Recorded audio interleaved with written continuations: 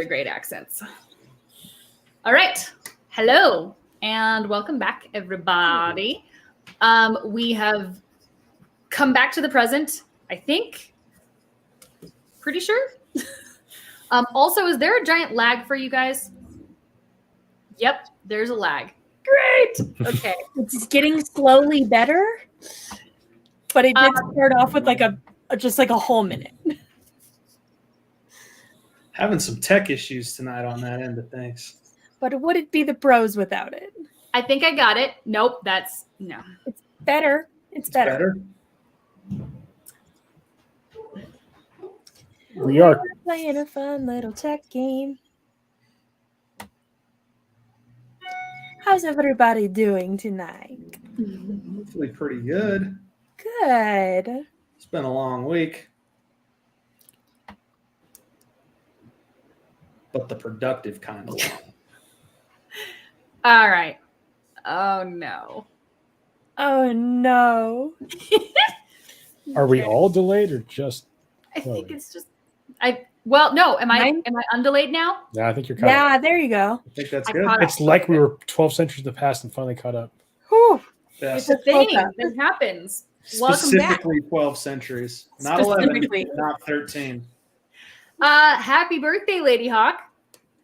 Yeah. And thanks for joining us on your birthday evening.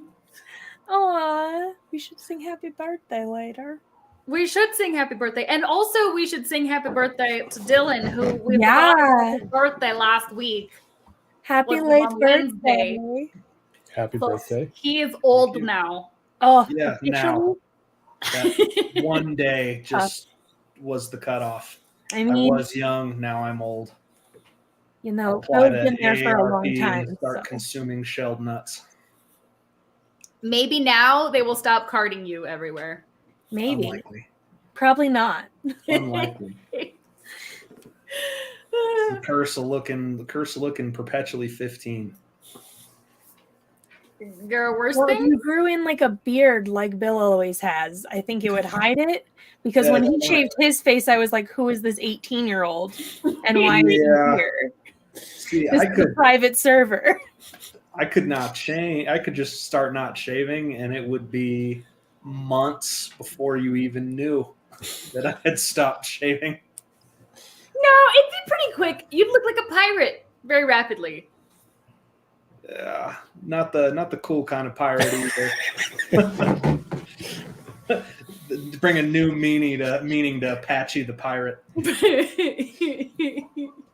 We could get you an eye patch and everything. Yar. This wispy mustache be my signature. Yar. When I fly the wispy mustache and soul patch flag, ye know your days are numbered. Speaking of pirates, has anybody watched that new pirate show from the Flight of the Conchords guys? Not yet, but it's on my list. Okay. No. It's on my list too, so I'll let you know. I just brought that up having not seen it myself, hoping that somebody else had. Well, I'm wondering if it should stay on my list or if it's just kind of like, meh. I don't know. Anyway, pirate shows are like so hit or miss. They're either really, really good or like super boring and terrible. Yeah, true. Or they waste the talents of the singular John Malkovich. Well, you know. Exactly. So, well, but I mean, anyway, we do have a weird city to get back to and an adventure that we have been not on purpose neglecting, but like, I mean, Michael has been busy with jobs, and Rose keeps getting herself tangled up into issues, and Edith is dead set on graduating, so she has not been trying to do anything. And I feel like our lack of focus on the main objective of this campaign is going to catch up with us. You guys are in charge. You can focus on what you want to focus on. I've been focusing on what I wanted to focus on. Rose is like, I'm good. I have a love interest now. And maybe a baby gremlin somewhere. Yeah, she did. She did have a love interest. So we are She going. Did? What? No. We're gonna go back. We're gonna say it again. No, we're gonna go forward, and you're gonna figure out what I mean. So we left our heroes after the grand reveal of Rory's true identity as a dragon of yore, imprisoned in a trinket passed down along the ages from master to master, holder to holder, until he arrived in Edith's possession in the modern day, where he finally ended up on the radar of a revenant who had hunted him through the millennia and had finally found the right body in Thomas to attempt to kill him. And after a fierce fight and some creative thinking by Rory and the gang, they managed to defeat the Revenant in an explosion of power, but not before summoning their old friend, the Succubus, to attempt to extract the Revenant without hurting Thomas. And they ended up getting caught in an explosion of magical power, very mysterious, that they, through their contact, the Nameless King, had to take refuge in sort of the dreams of history, in the dream space in which the Nameless King inhabits. So we got to see Rory at his younger and much more bloodthirsty self. Got to learn that there was blood. There was quite a lot of blood, actually. People died. People got bit in half, mostly me. You're muted. For over a year, Lawrence we couldn't mean kill just any one characters. I killed 2 characters in the same session, the same Not player. cool. One was I know. PvP, so it hardly counts. But Shoot, and one of them was a level 5 fighter by D&D rules. So, Lawrence, eat your heart out, right? Will's like, got you. So we saw and observed that memory to its end, and as Rory's consciousness is banished back into his coin by his erstwhile liege, who his bloodthirstiness betrayed, the awareness and perceptions of everybody begin to refocus in the present. At first, the 3 of you are surrounded by the telltale mist of the dream space.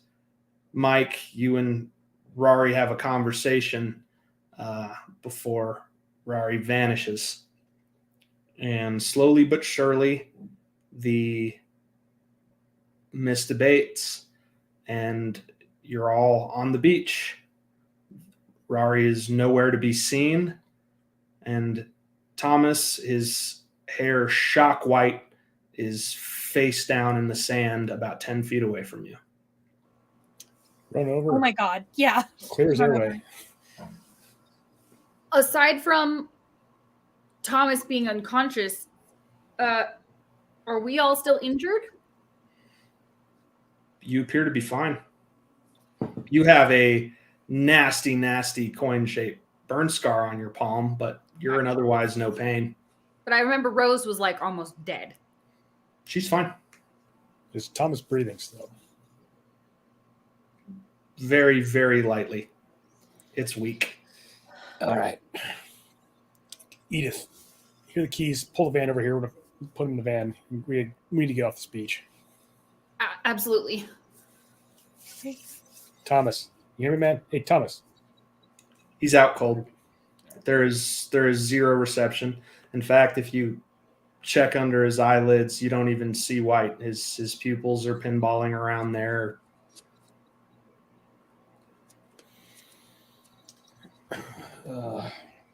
His pulse is weak and he's breathing irregularly.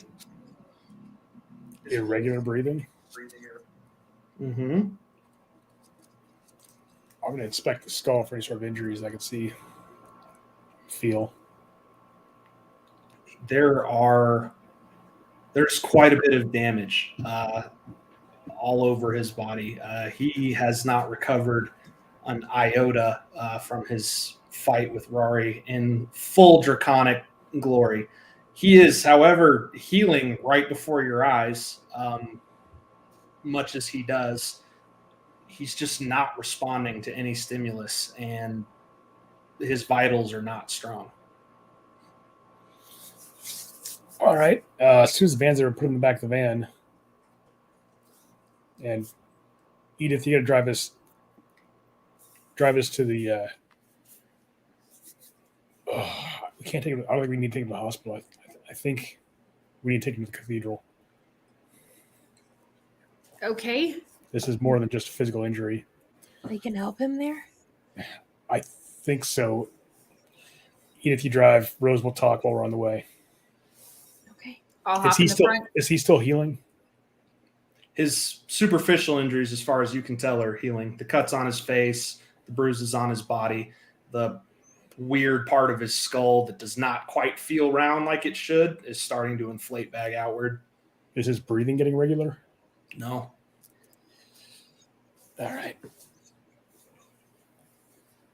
So I don't know if you were able to hear this, Rose, but Rory summoned that succubus so she could take the soul that had taken over Mike Thomas's body out of him. I know. And apparently she took more than that occupying soul. She also took part of Thomas's soul. Of course she did. So we need to figure out some way. If we take him, the Archbishop might have some idea what to do. And I know the Nameless King said we need to re-summon the succubus and get it to give the soul back. Since it broke the contract, we should have power over it. But I don't know how to summon it. I don't think that book's going to be adequate enough now. I don't know how to help, but I'll do anything I can. Oh. I still have some holy water. I'm going to try just splashing that on his face, see if that revives him at all. Nothing.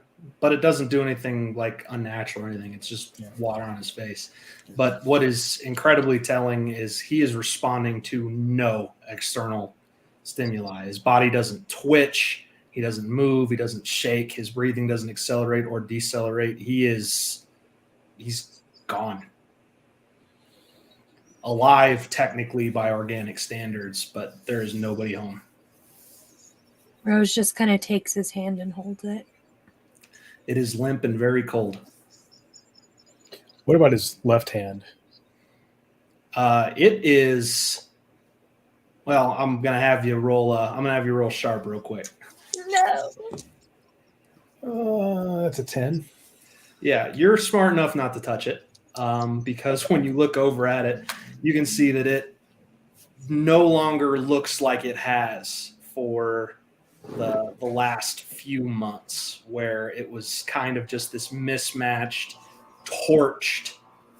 Looks like it got dragged from the embers of a horrible inferno and stitched onto Thomas's left arm. It is now something else entirely.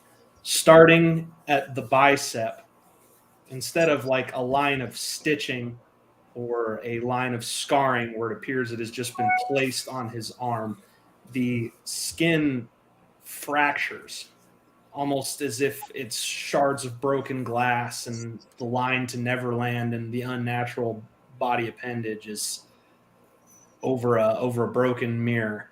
And the skin all the way down to the tip of his fingers is similarly shattered, with the flesh underneath the cracks a pulsing black that you can see throb. And you are smart enough not to touch it.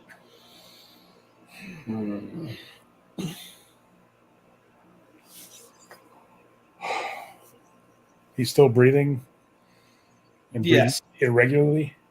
Yeah, he offers a weak little in and out every 10 or 15 seconds. What is it, regular or irregular? Every 10 or 15 seconds, one breath. It's pretty irregular.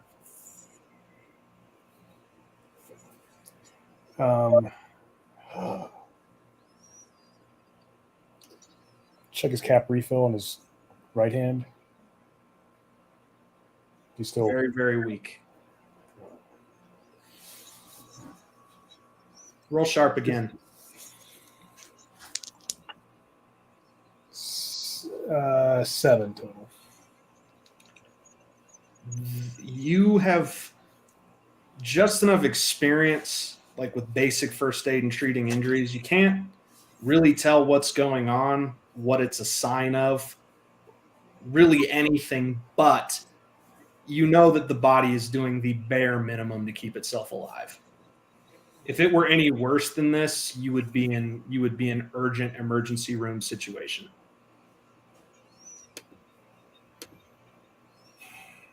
Would he know? All right.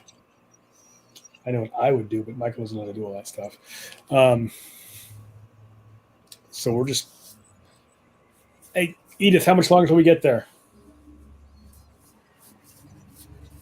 I think we're just about there, but we left Rory.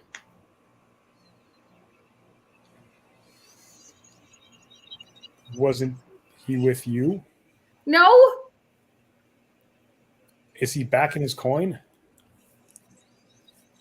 I don't know. All right. When we get there, don't tell anyone he's in his coin, but don't let him out if he is in there. I don't know how to tap. Just leave him in there. I don't know. I don't either. We've got some major issues. Rose will send Rory a text just in case he's not in there. With like a, hey, I'm really sorry about everything we all just experienced as a group. Take your time. But if you're around, let us know you're alive. And she sends like a couple butterflies and like a smiley face. Hey, so that was pretty weird. Sorry about that. I'm sorry that I definitely snooped on a very intimate memory for you. But I watched you bite a dude in half, but it's okay. Maybe he tasted good. we'll talk later, though. Oh, that's good stuff. All right. Yeah, I see no reason why we shouldn't be there. Yeah, you arrive at the cathedral in fairly quick time. It's not on the other end of the city. It's a bit of a haul though. Like takes you a good 20-30 minutes. Thankfully, it's like 4 a.m, so there is no traffic. Nothing even resembling it. All right. I got some coats and stuff, used as a makeshift litter, and take him into the cathedral. And there should be some. Take him to the Archbishop's private chambers. He probably not in the office right now, but whoever. Yeah, but I mean, there's something of a parsonage. There's something of a parsonage in the form of an apartment attached out back. You can go knock on the door, wake him up. I think he'd probably be willing to wake up for this. You find if you go do that he's not asleep. All right. He answers the door. Michael, I've been waiting for word of your problem. I have some good news and bad news, Monsignor. May we come in? This kid's in trouble. Oh, come in. That was he injured? Not physically anymore. All right. You probably read my report. I haven't completed it yet, but I got the preliminary. It had most of the details. We ran across a succubus and were able to dispatch it. Yes, with great difficulty and only a small scene at our local educational establishment. Yes, sir. Now, there was a book that somehow these college students stumbled across and used to summon the succubus. Rory apparently got a hold of it. I was aware of that. I thought he was just going to study it. Then a revenant came and was trying to kill Rory and was willing to kill thousands. It had already killed at least hundreds in the pursuit of him. Yes, they are single-minded. So Rory was creative, if incautious, and summoned the succubus to forge a deal with her that if it took the soul of this revenant that had taken Thomas's body, had taken control of Thomas's body, was trying to kill him and anyone else that got in his way, if it took his soul, then he would let it go back to hell. He traded a meal. The succubus would be privileged to dine on the revenant in hopes that it would free your friend from possession. Am I understanding that correctly? Yes, and apparently he was explicit in that it would only take the soul of this revenant that had been burning in hatred for over 1,000 years. Potent creature. Yes. So there was a battle, and Rory was able to survive. Michael survived physically, but apparently when the succubus left, it took more than just the revenant soul. It took some of Thomas's soul also. Are you certain? No, if I shot him in the belly right now, he'd heal within a few minutes. He's recovered all his physical wounds, and he's still not conscious, I believe, because part of his soul's been ripped away. It was more than just that. There's this entity called the Nameless King we speak to sometimes. I don't even know how to describe this. There's a what that you speak to? An entity. We were all killed at one point. And Michael, what have you made a deal with? I promised him. Make a deal with anything. Rory made the deal. But then I promised the Nameless King I'd try to get you to resummon the succubus and make it give back Thomas's soul. It has ripped away part of Thomas's soul. And you're certain? I believe, I don't think this Nameless King would lie to me for something like this. I don't know. Do any of you have the book? The book that your friend used to call the demon? Do we have that? You probably I would. think Rory brought it with him. So unless you guys want to say that all three of you didn't pick it up when you left. If it was there, somebody would have grabbed it. If it was there, somebody would have grabbed it. I'm willing to allow for that. They just sterilized the area before we got out of there because there was a giant fireball. Can I may I read the book, children? I would like to see it. Good luck. He opens it, flips through it. Over the course of about 5 minutes, his frown just gets deeper and deeper, and he closes it heavily. Oh dear. What? This is not a book of magical spells or summonings. This is a book of contracts. This has nothing in it about how to call or bind the demon, but merely how to contact it to make a deal. And if your friend followed the letter of this contract, didn't deviate, did everything he was supposed to do, I don't see how the creature could have broken it. If he had made a mistake? It's possible. But in my line of work, when you exercise evil too late and the damage is done and all you're left with is a shell, doesn't look like you think it would.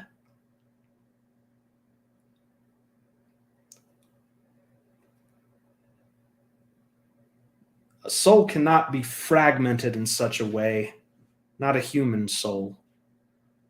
we lose a piece of what makes us people, we turn into something else. Some feral, some catatonic, and some come back as recognizable as if they had never left at all, but with something missing, something wrong. Those are the most horrible occurrences, you understand.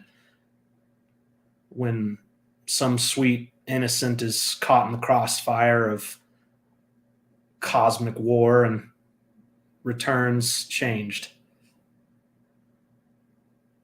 The boy in front of me is not missing a fragment of who he is. He's empty. So the succubus took his whole soul? Which would be a facial violation of its agreement with your friend. Not a loophole, not wiggle room. Contradiction. Can they do that? If you or I had called it to make the deal, I would say it's not outside of the realm of possibility given mortal frailty and weakness. Your friend has been described to me as powerfully magical and quite knowledgeable. Correct? Yes, we learned last night he was a dragon, at least 1,000 years old. My goodness. A dragon of old. The closest thing to a mortal god it gets. Breaking a deal with a creature more powerful than it should be impossible for a demon of that low a caliber. There are lords and royalty of hell who can make a lot happen with their magical power, their own willfulness, their stubbornness, their pride, their wrath. But when the disparity is this great, it seems unlikely. You've also got another problem if my suspicions are true. What's that? A succubus exists to devour souls, Michael. Do you know why?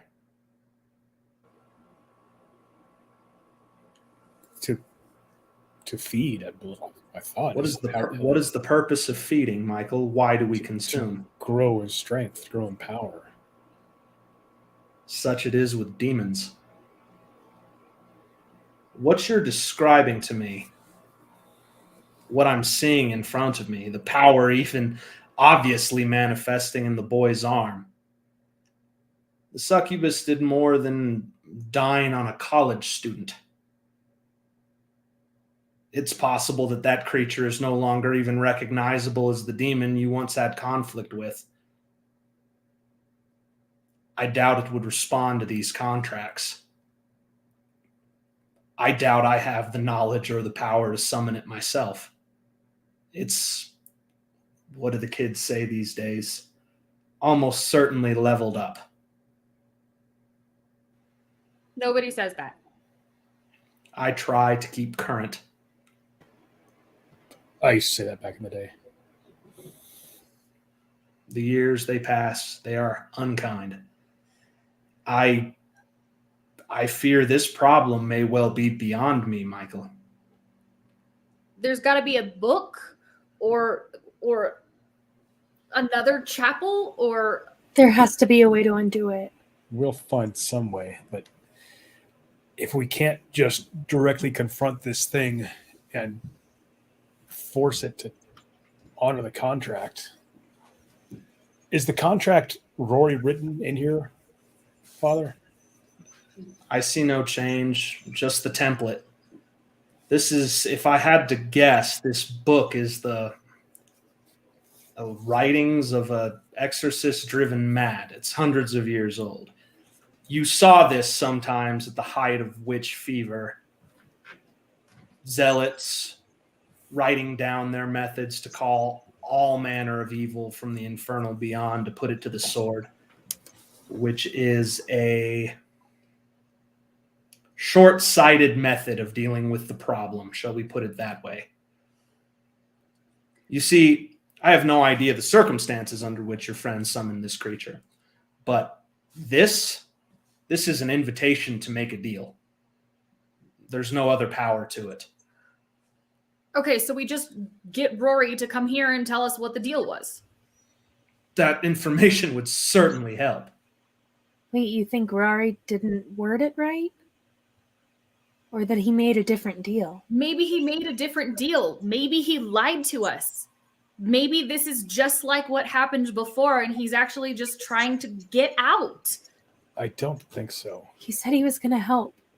Yeah, he said that before too. When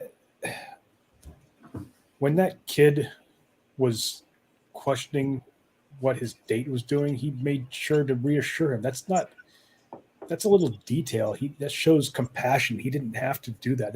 I gave him rules. Did you tell him to make sure that people's feelings weren't hurt? I told him to make sure that he didn't hurt humans. He went out of his way to make sure that kid understood how things weren't as bad as he thought they were. Excuse me. Yes, Father. You're discussing giving rules and commands and the letter of following them to a dragon.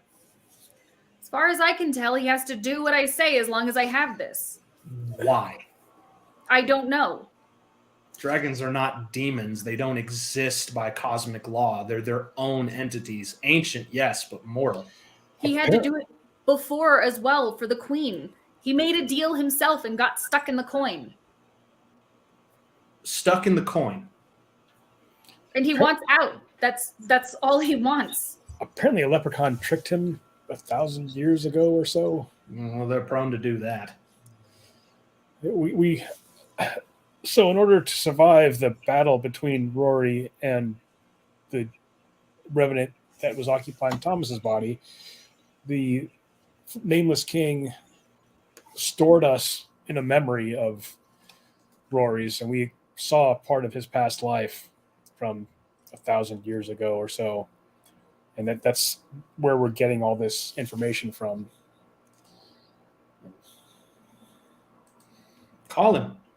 If you have command over him, as disturbing as I find that, call him. I would question him as to his interaction with the demon. I'm trying, nothing's happening. He's bound to the coin in your service and is not summoning your calls.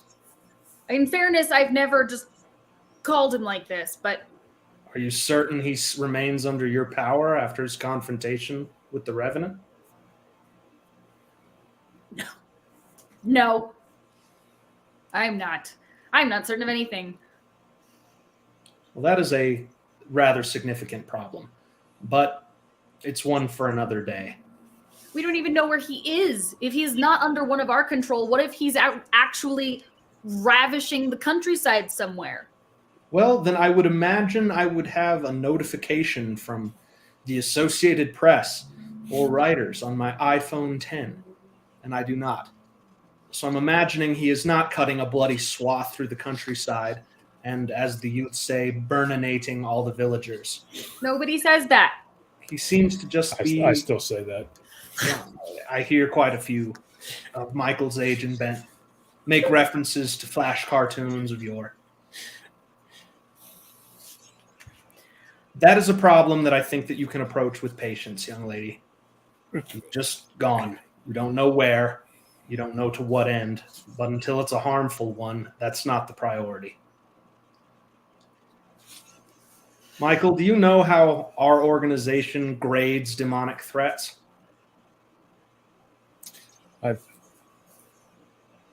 I would, but you actually probably wouldn't.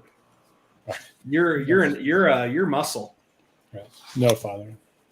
So they're the vermin.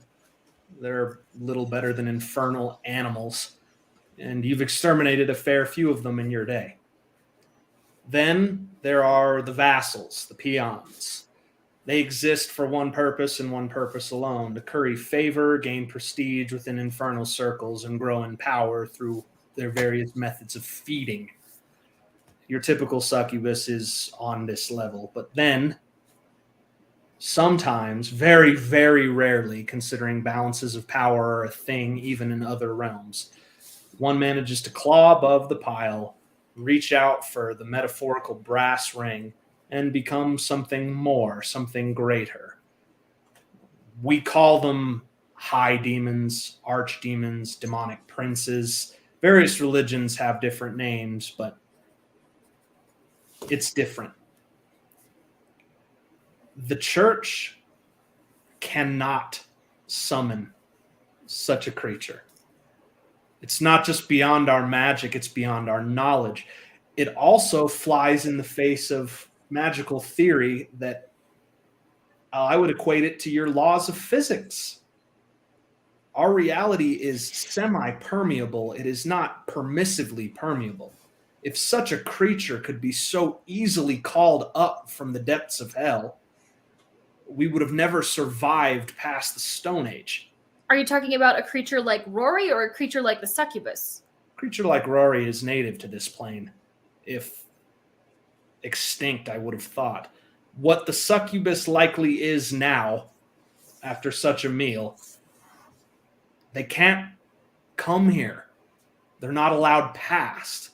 They've become too powerful, too heavy, too thick to permeate the horizon, the membrane between worlds.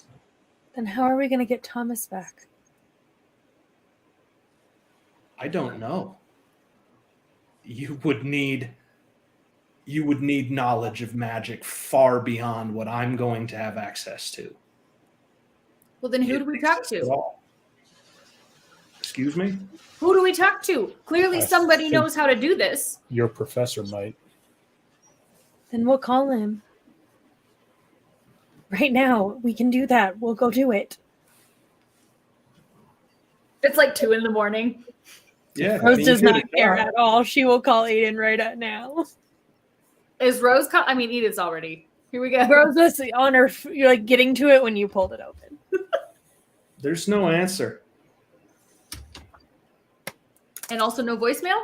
You can go to voicemail. All right, I'll leave him a message saying I think we broke reality. Can you please call me back? Bye.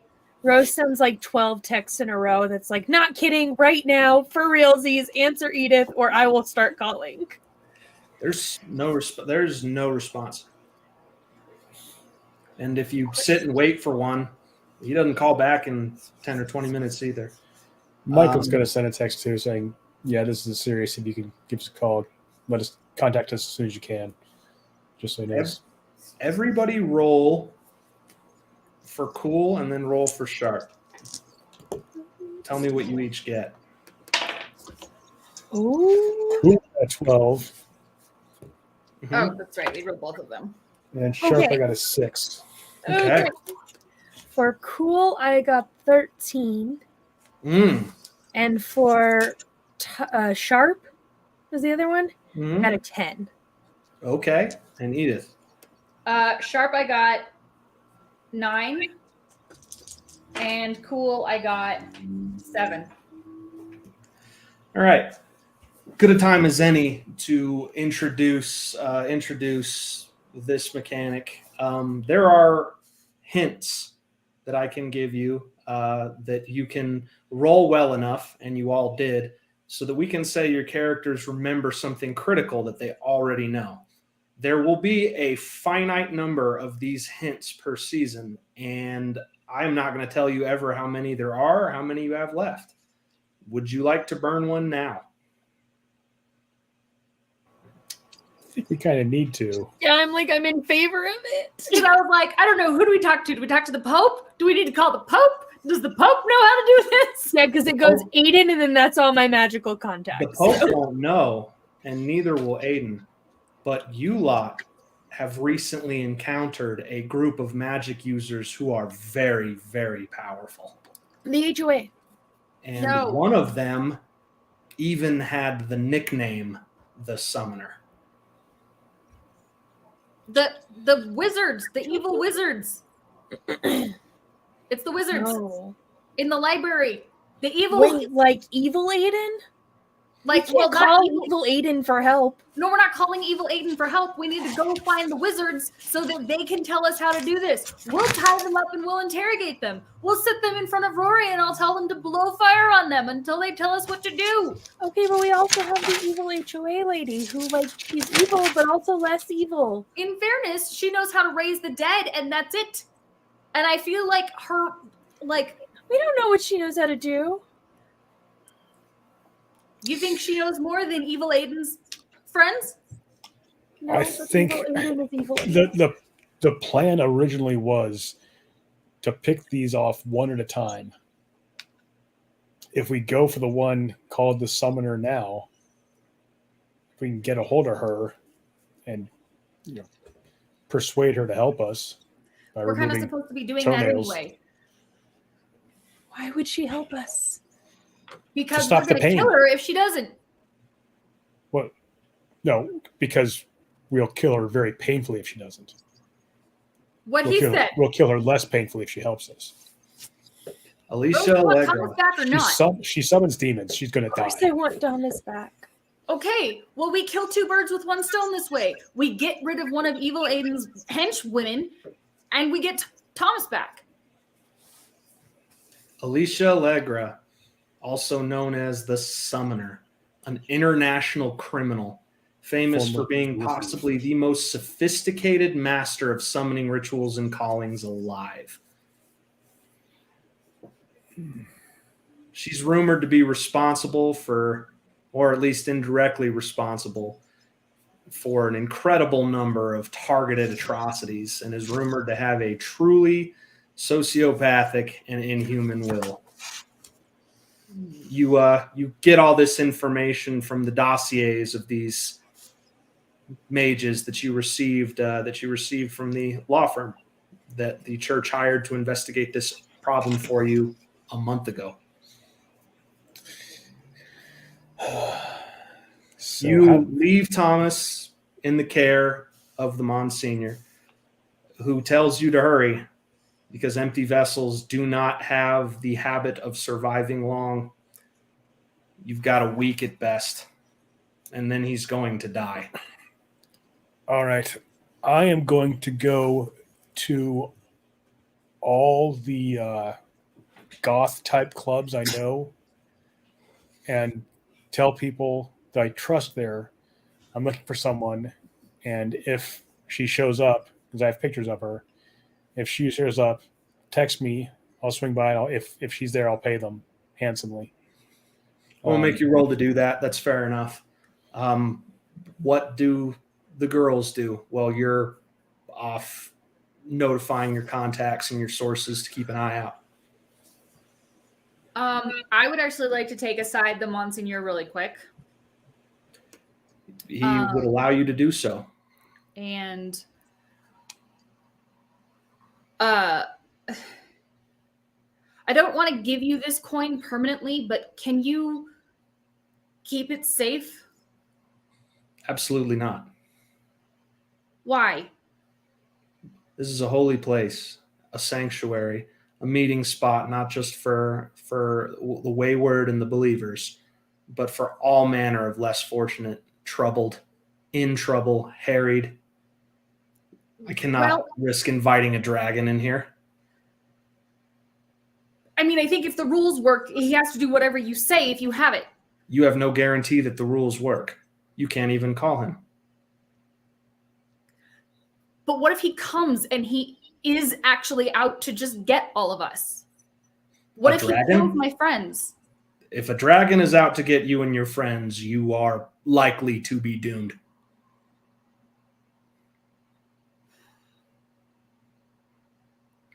Young lady, this isn't a game. This isn't a television show. You're talking about a mortal beast, thousands of years old, the most powerful creature to ever have mortal blood from this reality course through its veins through a beating heart.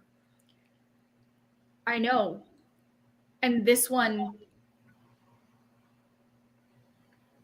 lies. Can they change? They're sentient creatures. Can a person change? That's debatable.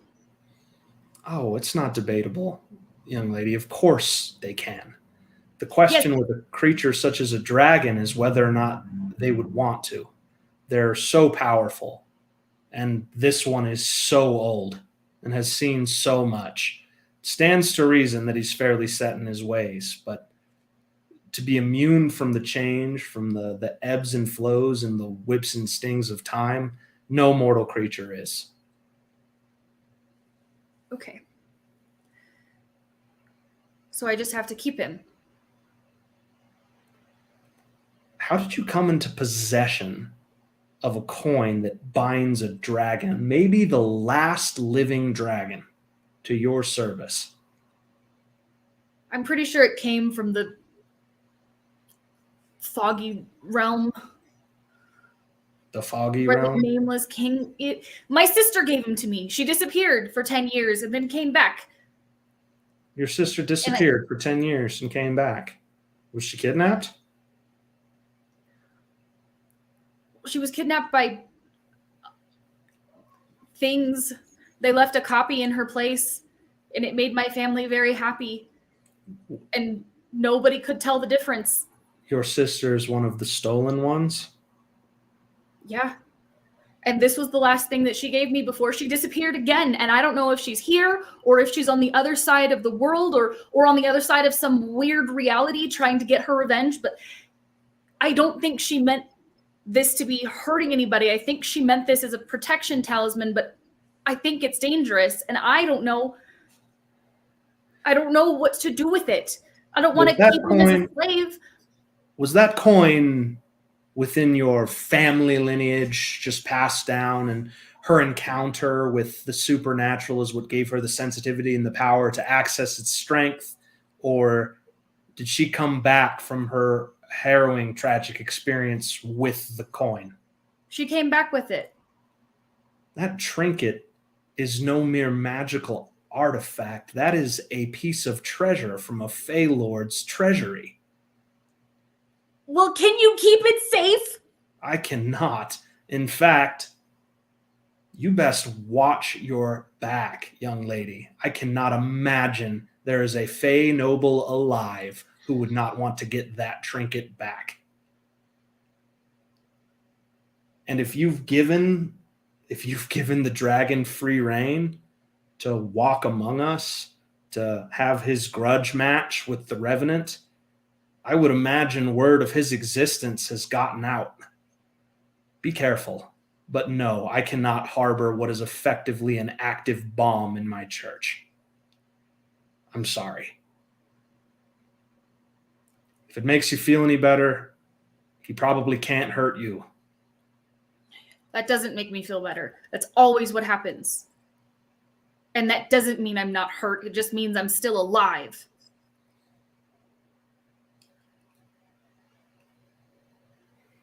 There's a plan, young one.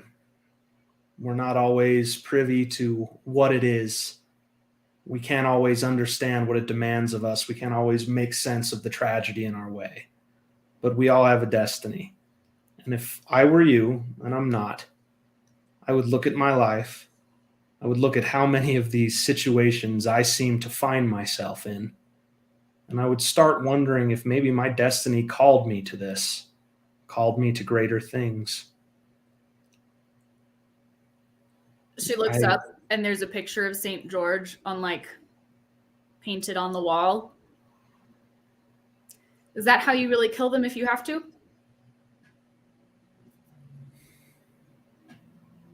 Yes. It's just a regular lance? Oh, not a regular lance. No, there's a special bane for every kind of dragon. At least that's how I understand it. They're defined. I cannot speak their language, so we just call them out by the color of their scales: red dragon, green dragon, blue dragon, or sapphire, ruby, emerald. Each has a specific bane, a great secret of their people. And if you use that bane in the core of an item like a lance, a spear, or a sword, it can pierce their hide. And these creatures are known really to only be vulnerable in one area, and that's their heart. What's the red dragon's bane? I have no idea. I would have expected them to be extinct. A dragon hasn't been seen since the 17th century. I know. They're old and... Sorry. Thank you. The knowledge is hidden, but it's out there. It would have to be. Somebody wrote it down. They used to be a species, not a populous one, considering how much competition there existed amongst them just to survive in a plane such as this, the amount of resources they consume with their very existence. But there were enough of them that there was much work for the dragon slayers to do to liberate our kind from the threat of their winged shadow. That information, it's out there if you care to look for it. It would have I to don't be. think I believe in your church, but if I have to kill my friend, can I come back and ask forgiveness? Murder is never the answer, young lady. Yeah, well, sometimes you have to do things to be sure that other people don't die. Thank you. And I'll go back to the group. Rose, what do you do? I think Rose sits with Thomas. Oh my God, this pen looks terrible. I think Rose sits with Thomas for as long as she can before the group starts to leave. She just kind of leans down and whispers to him, and she's like, I promise we're going to get you back. And I'm so sorry that I let this happen. I'm going to fix it. And she just kind of kisses his hand and sets it down. He doesn't so much as twitch, and his skin is so cold. She just kind of waves almost like she expects him to wave back, and then we'll go back to Edith as soon as she can. You, as you and Edith sort of make your way from the cathedral, and Mike is out and about summoning his contacts and spreading the word. As the sun starts to rise, your phone rings, Edith. Hello? Yeah, you broke reality. Yeah, we summoned a succubus, and then the succubus broke the deal that we made. Well, Rory summoned the succubus, and oh, thank God. What are you doing summoning demons? I didn't do it. Rory did it. I didn't think that I needed Can you meet up with us? about summoning succubuses. The Irish kid summoned a succubus. Put him on the phone. He's not here. I don't know where he is. Oh, did he get eaten by the succubus? No. Tell him we need his help about Thomas. He turned into a dragon and he fought Thomas, and then the succubus sucked, an evil soul out of Thomas, but then we think it also took Thomas's soul, and we need to know how to summon the succubus back. But the priest said that the succubus shouldn't have been able to do that, period. And so... And now we're on a timeline. Edith, what are you doing? Again, I wanted to study. Why didn't you? You know what? It doesn't matter. It doesn't matter. Where does he want us to meet him? Where can we meet you? Oh my God. Listen, I have class at 10 in the morning and I can't keep skipping out on this. Okay. Class is not important compared to this. Here, I'm putting you on speaker. Coffee on campus, okay? It should be getting busy with the morning crowd by now. There shouldn't be many people listening in. Okay. Eventually, we're going to talk about all this, including the dragon. You know what? The dragon was a surprise to everybody, including me.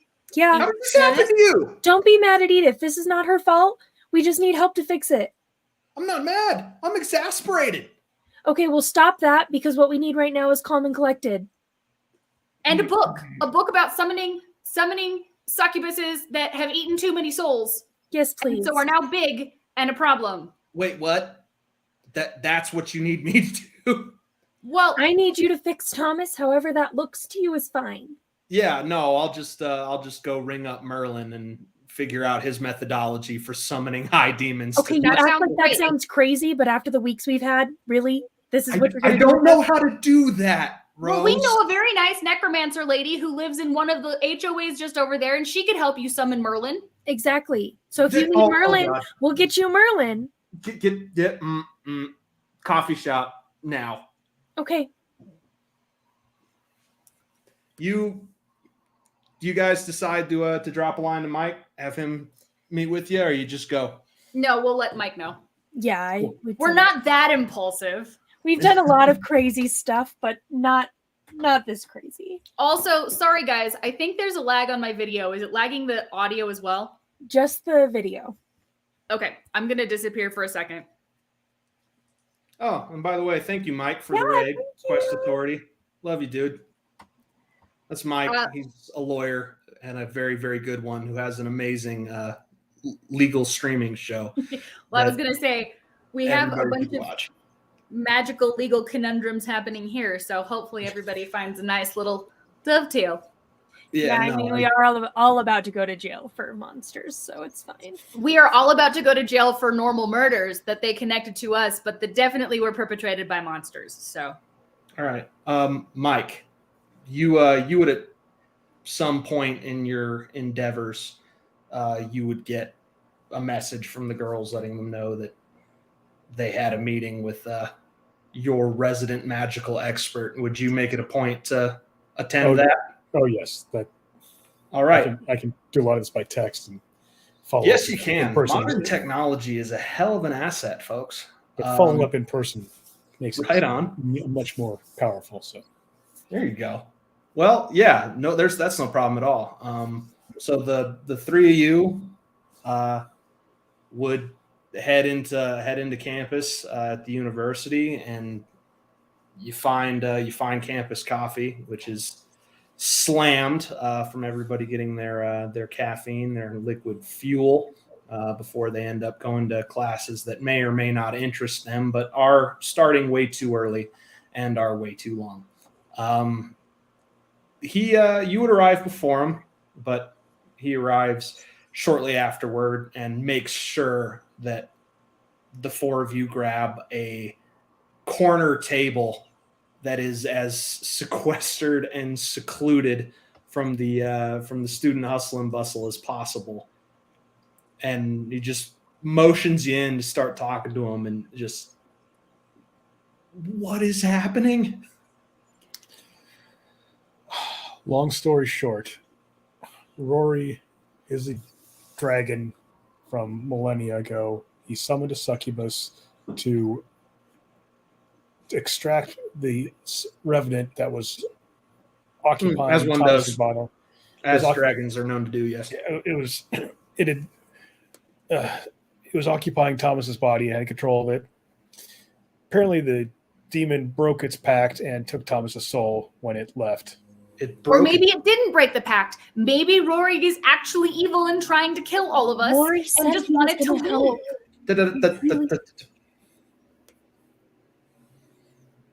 So just gonna spell this out, make sure I got this. The Irish kid. The Irish kid is a dragon. Yes. In the form of an Irish kid who likes to take anthropology and law classes. He's an Irish dragon. He's also been a pigeon and a duck and like a stoner kid. Several old movie stars as well. Yes. So a shape-shifting dragon Irish pre-law student. I don't know how that's weirder. That it's just they're it's weird. Unbelievable. So he decides to have the fight with the spirit of vengeance who possessed your friend, to get back at him because Rory apparently burnt down his entire village. The puppy dog one. His name is Thomas. Sweet kid. I remember. So he picked up a revenant, as it happens sometimes with you lot, I guess. And the revenant wanted to kill your friend, Your friend was the target of the Gios. Your friend was the target. The Revenant wanted revenge on Rory, who was a dragon in the Middle Ages and ate his sister. Did dragon things. Okay. And Rory's bright idea, instead of just torching the damn Revenant, who is not a hitter on his level at all. We couldn't kill the Revenant. It was literally, it was unkillable. Why? They're plenty killable. Have you seen Thomas's hand? He said that he was going to win or Thomas was going to die. Thomas is remarkably powerful. Ow. He's mostly indestructible. Thanks to your brother's experimentation. He's basically Deadpool at this point. My brother's experimentation? My brother's experimentation is with planar realities. What did he do to the kid? He has terrible. Something called the Hand of God. Fate. The Hand of Fate. Hand of Fate. He put the Hand of Fate on the kid? Yes. I feel like we've already gone over this with you. Yeah, no, I'm just getting back up to speed. So that would explain why the dragon had to get the help from the demon. That would explain a lot, actually. Also, it explains a lot as to why the Hand of Fate didn't just incinerate the kid as soon as it got attached to that stump. Oh, boy. So all we need to do is to call this Revenant back and be like, hey, you broke the deal. I'm sure the Revenant would love to be called back. I think your biggest problem is the Revenant is now sitting in the metaphorical stomach of something very nasty. Okay, then we call this something nasty back. Not as easy as it sounds, Rose. The bigger something like that gets, the stronger, the more primally... How do I phrase this? All right. We live in a universe of laws, right? We've got Newton's laws and Kirchhoff's laws of electricity, and we've got all sorts of laws, right? And we've got math and we've got science, and the world more or less functions because these rules aren't random, right? They hold fast, they hold true. Everyone clear?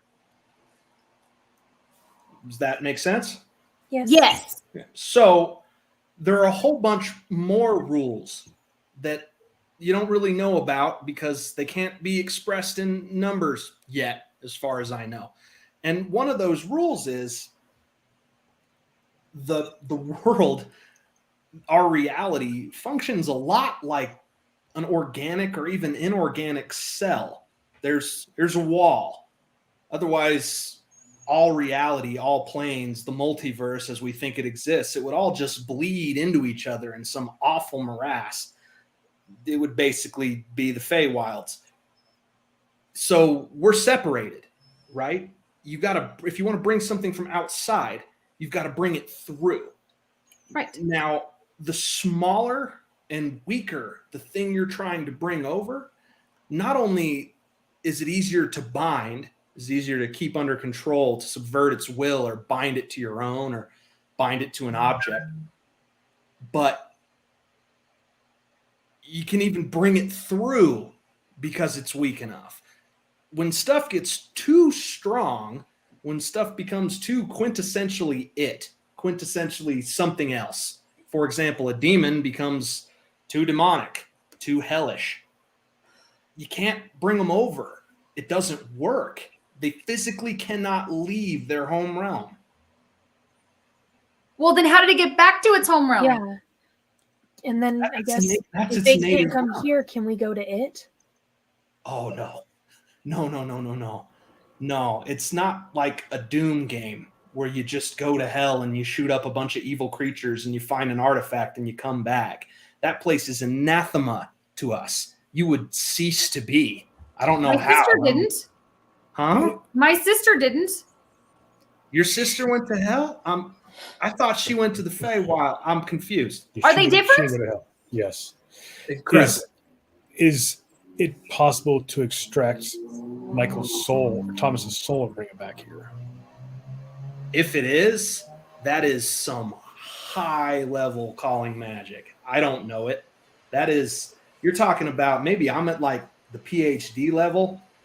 You're talking like, to use dialogue from my line of work, that's like associate level, or that's like, like associate level magic. And I'm an infant that just shat itself. Okay, then Okay. what about the summoner girl? Who? That. Who? The summoner. She hangs out with not Evil Aiden. evil Aiden. My brother. So one of Jason's associates. You're telling me that Jason hangs out with people who call themselves the Summoner? I don't know that she calls herself that, but I know that other people call her that. Alicia Allegra. Have you heard of her? Excuse me? Okay, good. He still has the photo with her. Shows her the picture. You know who she is. Where do we find her?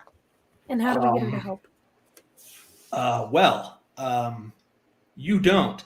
You do something that makes you very valuable, or that makes somebody very powerful and wealthy want to kill you, and then she finds you.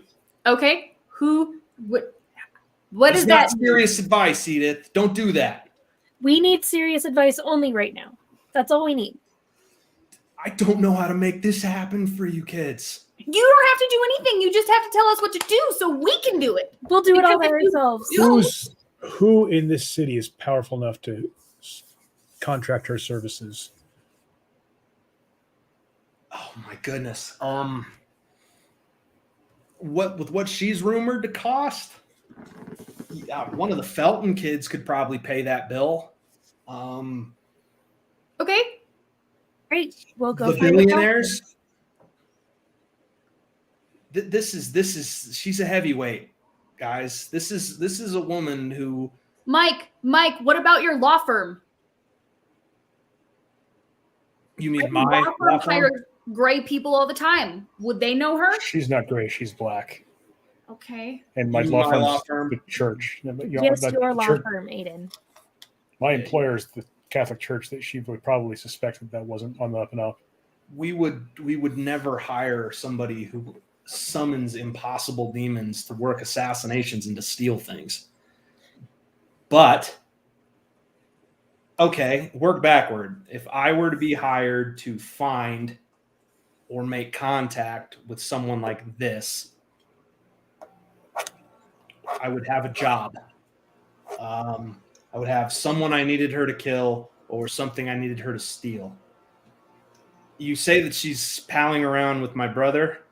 Yes. We saw them in the library last. They were there stealing books and then they With a really She disappeared. was in the library. Yes. Along with 3 other guys and your brother. They stole the books. That's Yeah. right. What did The you ones that steal? we're in trouble for. Yeah. I still don't think we know what books they've stolen. Well, that's an amazing and fortuitous turn of events. You can't easily track a magic user. Mages are really, really good at disguising their appearance, but a book you can track. A book you Okay. can track either the hard way, if it's been sold, moved around. You can follow the movements of anything with a barcode or anything with a library number. You can also track it magically. Okay. So they stole a whole bunch of rare books from the library, I remember, Right. and then killed some of the night security, if I recall. Yeah. And some students. Well, find out what she was doing there. Find out what they were taking. And from there, you might be able to find her. You might be able to find her and then be confronted with God knows what she calls to defend herself. You've got another step to this conundrum. You've got to take one of the most dangerous dark mages on the planet and convince her to summon a high demon, formerly a succubus, for you. I don't know how you plan on doing that. We're going to ask nicely. No, we're not. We're going to tell her what to do. And she's going to do it. I'm sure Mike has done this before. He seems very good at what he does. Mike, you are very good at what you do. You know I have all the respect in the world for you, your talents, your convictions. Don't do this, man. She's on another level. I would not want to take her on. If we don't want to, but I don't have any choice. If you have another way of getting Thomas's soul back, I'm willing to listen to options. Are you guys sure he has one? Yes. Yes, how can we're we not have sure. a soul? How does he Also, not have one now? How did it break contract? Aiden, I thought you helped people. I do. I help them find solutions. I'm trying to help you find a solution. The solution is not to abandon Thomas. Are you sure you're abandoning him by deciding to do something else other than try to summon a very, very bad thing? We don't know that it actually broke the deal. We don't know what the deal was because we can't find Rory. It's possible it didn't break the deal and it did eat his soul because clearly he was a person. He was weird and forgot things and kind of had a couple different personalities, but that is to be expected after being experimented on in that castle and going through whatever shitty life he had before that. Something about that doesn't add up.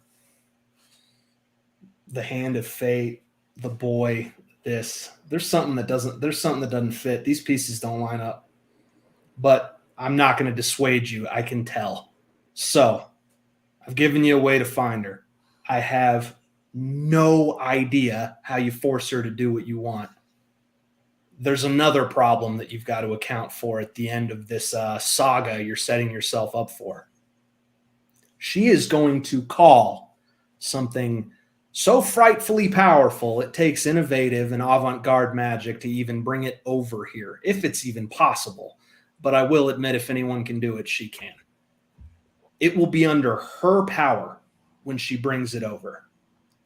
A very, very angry, very, very nasty thing that I'm just going to go ahead and guess, knowing you lot, probably has a grudge against you. Well, I mean, specifically, it would probably have a grudge against Rory, and we don't know where he is. So yeah, you might want to find him. You might want a dragon, because that's about what you're going to need to take on something like that. Okay, Mr. Smarty Pants, how do I use this thing? Show it to me. And it's a golden Roman coin on a chain. He takes it in his hand. And there's an imprint of it now on my hand as well. How do you use a coin? There's nothing to it. It's just a gold coin. No, that's what is used to control him. That's where he's stuck. No. Do you know what the third eye is? See, people like me, we know when something's not what it appears to be. We can feel it. We can sometimes even see it. That is a gold coin. Nothing to it. There's nothing magic about that coin at all. I don't know. Flip it, maybe. I don't know. Use it. We broke the coin. Can you break a leprechaun spell? You guys are throwing even more information at me now. Rory's not attached to that. I mean, he might still be attached to it, but he ain't home. That sucker's empty. There's nothing magical about it at all. Okay. Well, do you know any magical dragon tracking spells? I am so sorry that I'm not an encyclopedia for some of the most sophisticated magic ever conjured by man, but no, I am not. You guys are finding your way into problems, into situations that I'm not even sure the cutting edge of what I know how to do is enough to handle some of this stuff. This isn't a fantasy novel. I can't call down a meteor shower or rip God out of the heavens. I can sling fireballs. I can make lights blow up. I can undo locks. Okay, so what does this summoner lady want? The best clue you've got is what you know she's done. Who are these Fenton boys you spoke of? The Felton boys are the guys who are descended from the people who built this university. Yeah. It's Felton University. Super rich. The whole family is like made of gold. Yeah, you know, like how every city has a lot of money behind it, usually in a lot of families. Well, Weldport has a lot of money behind it in like one family, and that's that family. They're mega rich. Yeah. I mean, would they have her on? Do you think they have her on their payroll? No, but they might be able to get a hold of her. They'd certainly talk to if they had the right incentive to call her. It's conceivable. They certainly have the resources to do it, but I've never heard of the Feltons attached to anything hinky. They do some business with the firm sometimes. It's pretty standard stuff. Wills, trust management, occasionally suing some person under dubious pretenses in order to crush dissent. The classics. So we need to go back to the library. Find out which Basically. book is gone. That seemed like a pretty decent place to start. I would start by looking every place that you know she has been. We can also go back to the island, what's left of it. That's an option. It's an active crime scene. Well, so is the library, and we are prime suspects, so I feel like we're just throwing caution to the wind here. What about your home? What about it? You said that you were under these people's control last time we talked. Would you have had them over? We did have them over. At least some of them. Actually, yes. Did they leave anything? Did they do anything? I mean, yes. They gave Rory a beat down there, I know. They gave the dragon a beat down. He wasn't in his full strength. They could have left something that we missed, I guess. We could look again. And we could also... Cat would know. Cat. Sounds to me like you've got 3 legitimate leads. That's a lot more, I'm going to be honest, than I would have thought you would have to get at an internationally renowned criminal. Okay. So find her, but remember what I've warned you about, folks. Remember what I've warned you about how dangerous she is. Right. Dangerous what she's about to call is. You need a plan to survive each step of that process, or something's going to go wrong. Okay. And listen, I think it's really, really noble what you're doing for your friend.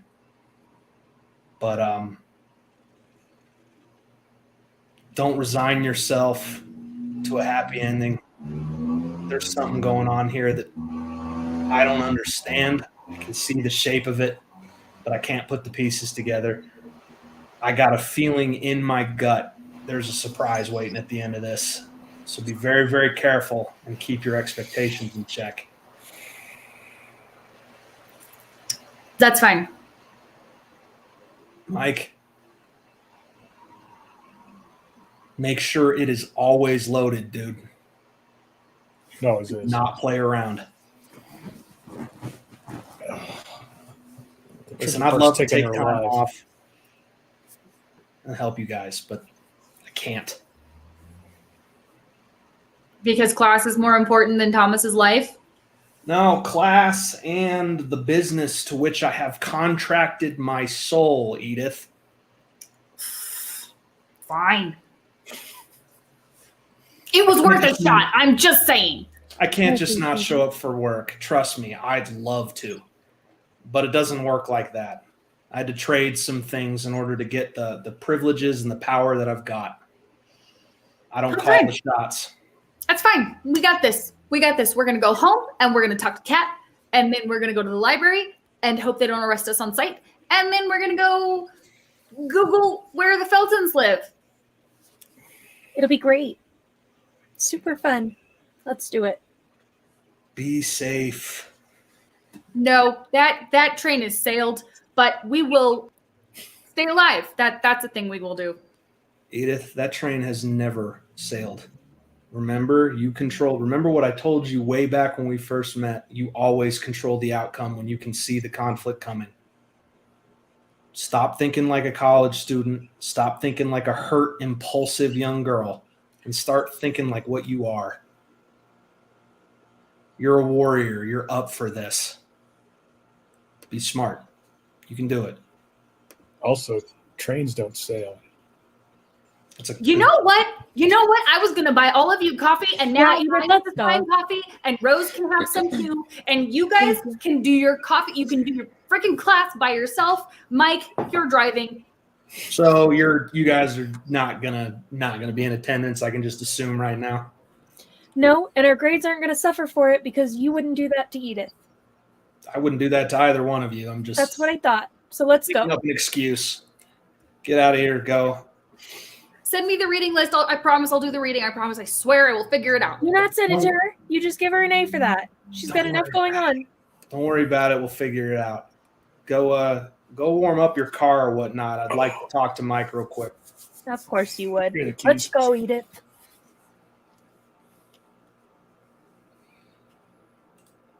How did you wind up in this situation, buddy?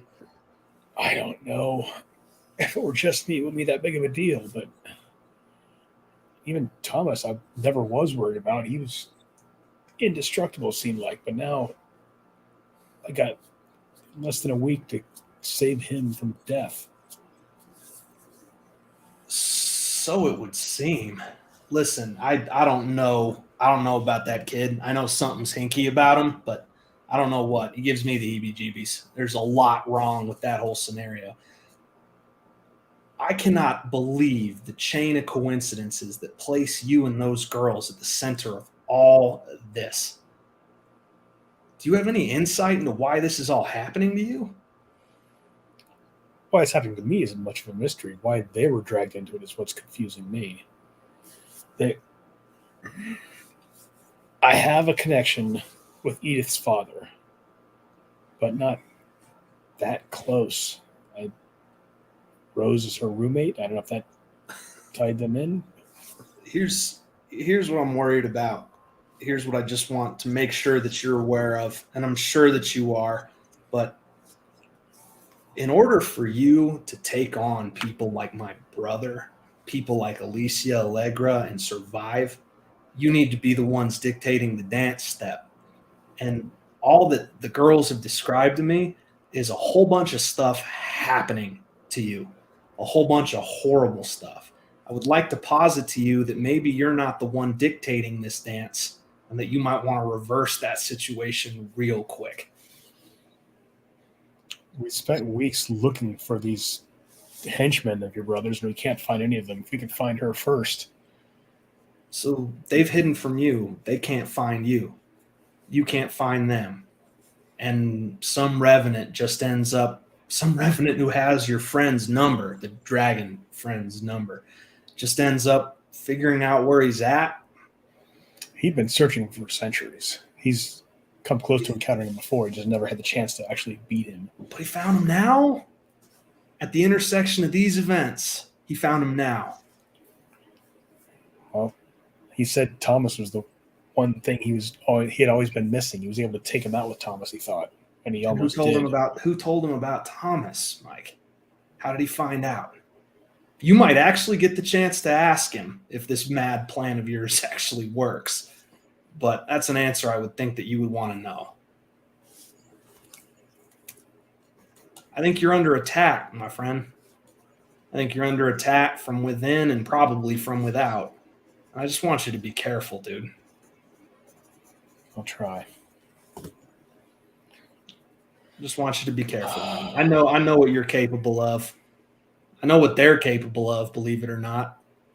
Someone came and told them that they were some awful, hideous demon lord. They would basically just browbeat it into surrender. They're tough girls. Just be careful, man. I don't want to. Your disappearance was a mess that I didn't want to clean up. And I don't want to clean up your death. I just don't. I'm more worried about them. I've lived a good life. There's always more to live for, bud.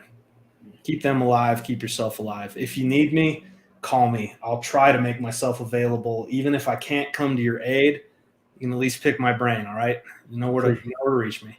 Appreciate it. Yeah, of course. And remember, man, keep it loaded. Peace. And he gets up to leave. Okay. Head out to the car. All right, folks. Next step. Let's go to the house, talk to Kat. Sounds good. Okay. It's a 5-minute drive. You're already on campus. So Get back to the house, walk inside. Hey, Kat. Hey, I'm Did still we texting leave- contacts. did we leave anything weird here when we were here, but not ourselves? Yes, What was it? And where? all kinds of things. Come on, I'll show you. Okay.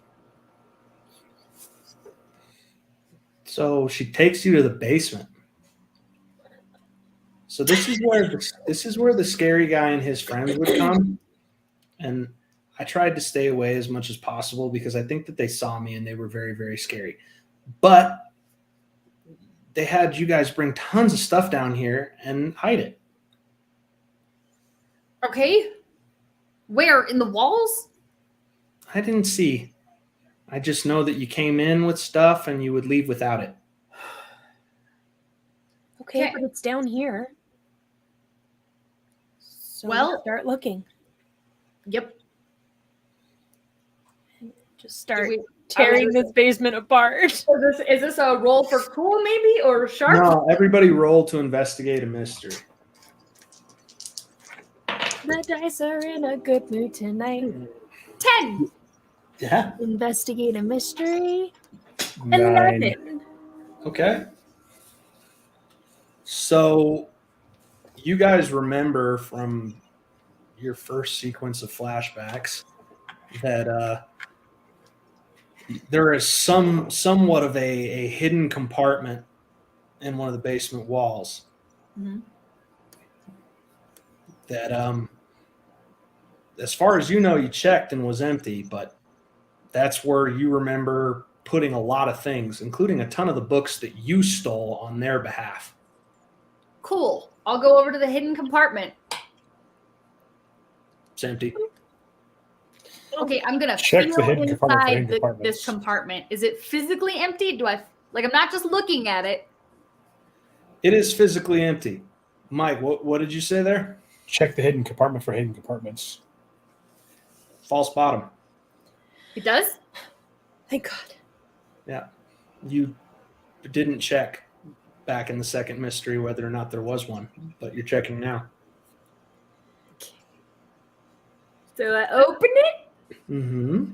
There is, it's a very, very small space. It's a false bottom that leads into what is really just like an 8-inch deeper shelf. But in it is a book. What kind of book? What does it say? It's brown and leather bound. It has no title. And if I open it, You do not speak the language it is written in. great. What's the alphabet? The fact that it is the alphabet. It's just not in words. What? So it's being It's just a written bunch of in a gibberish. code. But it's a Roman alphabet. Mm-hmm. So we just have to decipher it. How hard No. can it be? Isn't this our bait?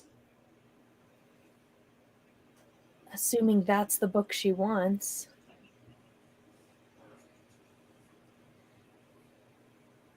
Okay, here, hold on. I'm gonna put it down and take a picture of it and text it to Aiden and be like, hey, what is this book? Let's get in the van and go to my. No, we should look around and make sure we didn't miss any other false bottoms. Kat, is there anything else down here? I don't think so. I think that's the only thing they left. And there's nothing in the attic or any of our rooms? The attic was my space. They didn't want to go up there. They didn't want to fight. And our rooms? The only thing weird in your rooms was by the guy that you like. And he tried to find you. Right. Which was still creepy. Yeah. The bad people didn't even go upstairs. They came here, they took Rari away, and then you all came back. You went down there and horrible stuff happened, and it was scary. But they never went upstairs. Okay. Great. Back to the van. All right. Thank Mike, you. you drive that proverbial bus.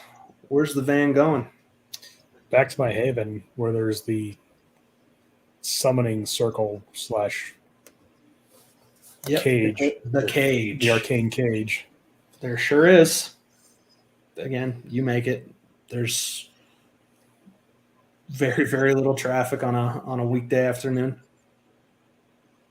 I think Rose has a question. Is there any remnant of the demon in the cage because she was summoned there? Any blood or If you thing? if you have the moves or the power to test for that, but just in terms of ordinary investigation and perception, you would not have the tools. I am sensitive to the supernatural, which just says that I'm able to sense them, but I don't know that would apply. There you go. Okay. Yeah, there's a whole lot of residue of something in there. It gives you the heebie-jeebies, like goosebumps, hair on the back of your neck standing up. Oh, gross. Yeah, not a great little area of real estate there. Very, very, very uncomfortable. So, Mike, there's a whole lot of bad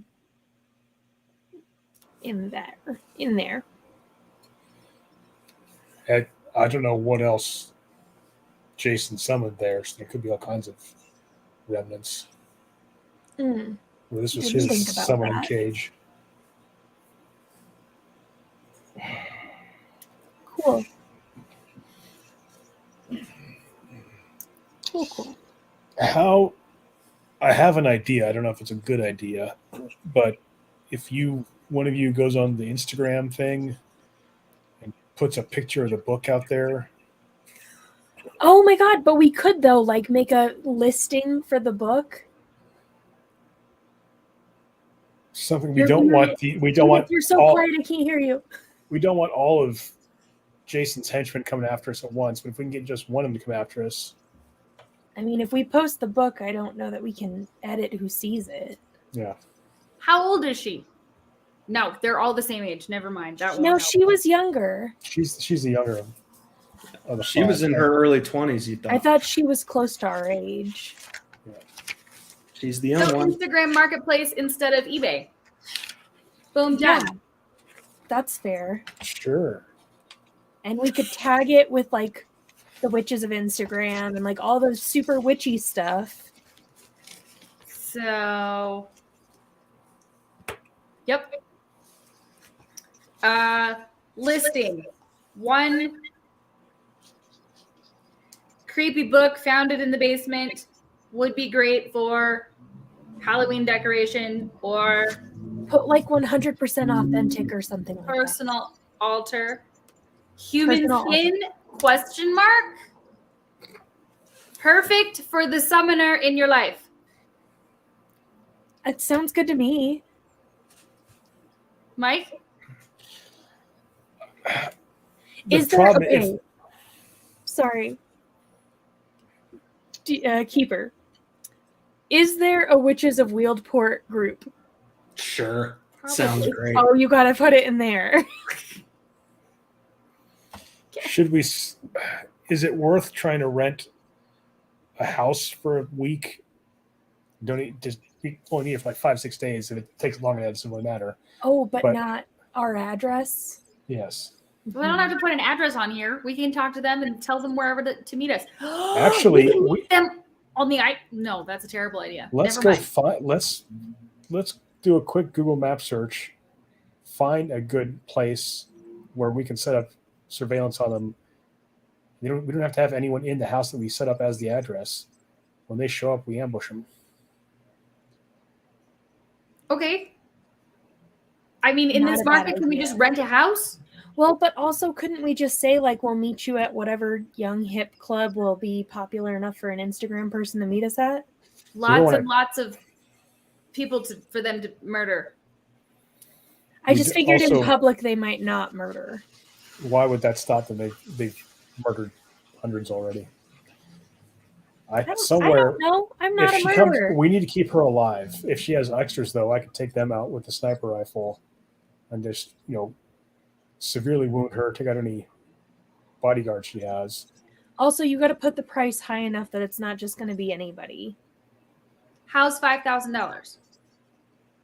That would scare me off. Perfect. I mean, I like the house idea. Even an apartment complex. Find a house like across from a hotel where we can get a room facing.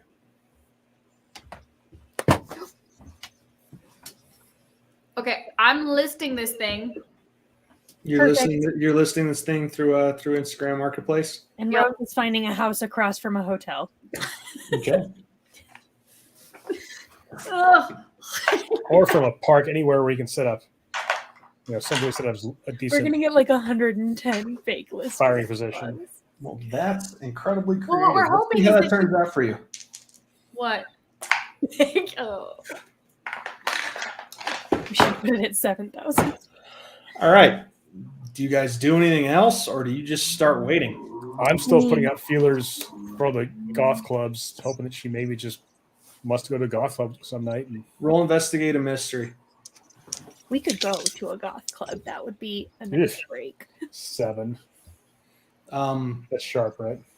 yeah. So, you know what? I don't need to hit you with a super stiff consequence. One of your contacts calls in what he thinks is a lead. You guys go to look at it. It is not that. It is just a very, very delusional person from the scene talking a whole lot of crap. So, All right. I give turns up no fruit. I gave him a 20 anyway for at least saying something. Yeah, turns up. He's grateful, apologetic, but grateful. But that turns no fruit today.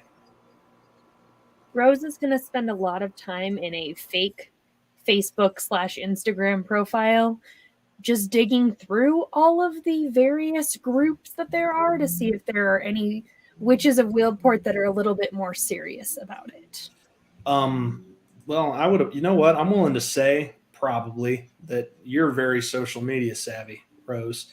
So you're able to tell pretty quickly that this city is obviously full of that culture. Most of it, well, I can't call it inauthentic because people have sincerely held beliefs, but most of it is not the front of real power. Right. But everybody seems to give Bethany Cooper from the Faithfully Yours bookshop a ton of respect in the local scene, including quite a few rumors that you're able to find that she might just be the real deal. Good to know. If we take the book to her to have her look at it and appraise it, word from her might get out to people who. Well, and she might be able to read it. Or she might actually just be this international woman of mystery and try to murder us. So we should go in with, I don't know, whatever kills an evil wizard. Guns. You're not wrong. I always I get mean, those. it That's seems good like trick. most of the community likes her. I could just set up a meeting with her to be like, hey, I'm new to all of this and you're a big deal. And I would bet you if she's a young woman in her 20s-ish, she'll probably like that kind of clout. She's 30 something, but she'll she's still young. like that kind of clout. Also, was there a picture of her? Yeah. Is it the lady? No. Dang it. Bethany Cooper is a very pretty, very well put together, earthy sort of businesswoman. She's pretty well dressed, even though most of her social media photos are casual. She doesn't buy into or post a lot of the mumbo jumbo that you would know kind of signifies a different set of beliefs from somebody who actually has real magical power. But she's very active in the community, gives a lot of advice, appears to run a lot of specials for her bookstore, which she apparently runs with her sister. She gives a lot of like online coupons for it from her from her social media pages, and is just a very active and very respectful. There's an intersection of a lot of belief systems at play here, and she interacts in good faith with absolutely all of them, even people who would be inclined to call her names and stuff. What's Cool. across from the Someone bookstore? to start. Across from the bookstore, there's a brewery that is more known for its food than its beer. There's a couple of curio shops. There is there's a thrift store that you are aware of, Thrifts and Things, that is pretty high end, probably the largest store in that particular set of city blocks. And you know that they offer absolutely everything. You've all probably shopped there before. It's just kind of iconic. While they're in the bookstore, I'm gonna have a listening device on them, on to a like a Bluetooth cell phone type thing I'm listening to, and being in those shops and observing as I listen. In case She's just gonna get a table in the restaurant across the street and just try to observe it. Or the curio shop, wherever I get the best view, so I can see, and walk around. And I got just you. in case something happens. All right, so Rose, you're going to this store, right? Edith, I'm going with her. you're going with her. All right. We can do this. Mike sets up his listening post, and you two head on in. The door jingles with a manually attached doorbell, and you have to walk through a curtain of beads to get in. But when you find it, it's actually a pretty nice space. It's a little cramped, but it's not for lack of size. It's cramped because they've just shoved a ton of shelves in there. It's not a new building, so you can smell some must, and the paint on the walls is definitely cracking, and the ceiling's not in great shape. But there is an ocean of books here. And very shortly after you enter, a woman comes out from the back who you don't recognize and asks you, "Hi, good afternoon. What can I do for you?" Hi, I'm Rose, and this is Edith. Nice to meet you, Rose and Edith. We're looking for Bethany. Yeah. She's on the phone in the back. Something personal. I'll tell her to come out when she finished. Can you guys wait for a few minutes? Of course. Yeah. Thank you. In the meantime, feel free to browse. Absolutely everything is available to be looked at. If it's locked behind a cabinet or something, it usually means that it's too valuable for us to let people to play around with, or you need special tools, or to not hurt it. So just let me know if any of that catches your fancy, and I'll let her know that you're here. Okay. I'm going to walk straight over to the locked cases and just start looking to see if there's anything that looks remotely like what we have. Roll sharp. Rose probably starts to and then gets distracted by whatever books are just closest to her. Yeah, I mean, this place has every genre imaginable, from history to historical fiction to alternative history to romantic fiction history. She's in the romantic fiction section. Yeah.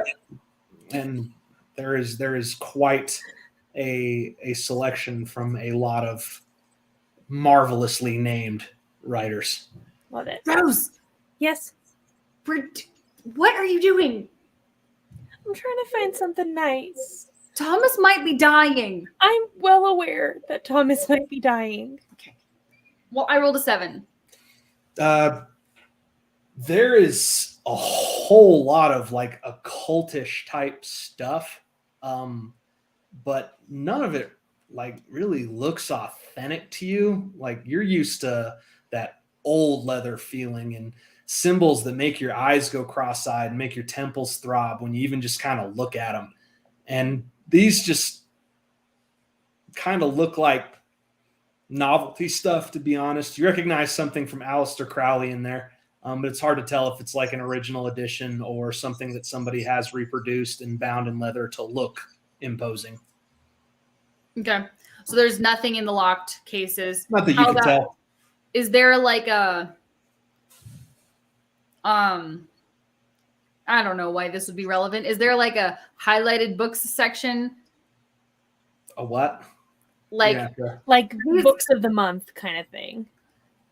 Like staff picks, absolutely. Yeah. What are those like? A really well curated selection of both fiction and nonfiction and self-help. Okay. The recommendations are written out on little placards underneath the books, and it's a paragraph of genuinely insightful literary criticism for each one. I want to go back to the counter. And did we get the girl's name? The girl who talked to you when you came in? Mm-hmm. No, you didn't ask. We asked. I'm so sorry. I'm Edith. I didn't get your name. Margaret. How long have you worked here? Oh, officially or unofficially? I mean, unofficially. My whole life. My mom owned the place. She opened it with my dad like 40 years ago. Oh. So this is your family's into history and magic and My family's into all kinds of stuff like that. We're just really big book people. Like books are knowledge, books are imagination. They're artifacts, both real and otherwise, you know. Pretty cool though. You can find dang near anything you're looking for in a book. How did you meet Bethany? She's my sister. Oh. So I met her the first time I can remember when she was stealing something of mine that I really didn't want her to steal, but I couldn't toddle too quickly to keep up with her. Couldn't get it back. Fair enough. I have a weird question. I get more of those than you would think. I think this might be more weird than you're used to. Okay, try me. You know what this is? And I just put the book on the counter.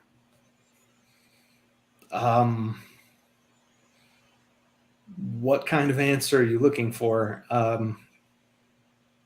It's old, but not too old. You can tell by the way it's made. They don't use those new glues in the spine that wear off so quickly.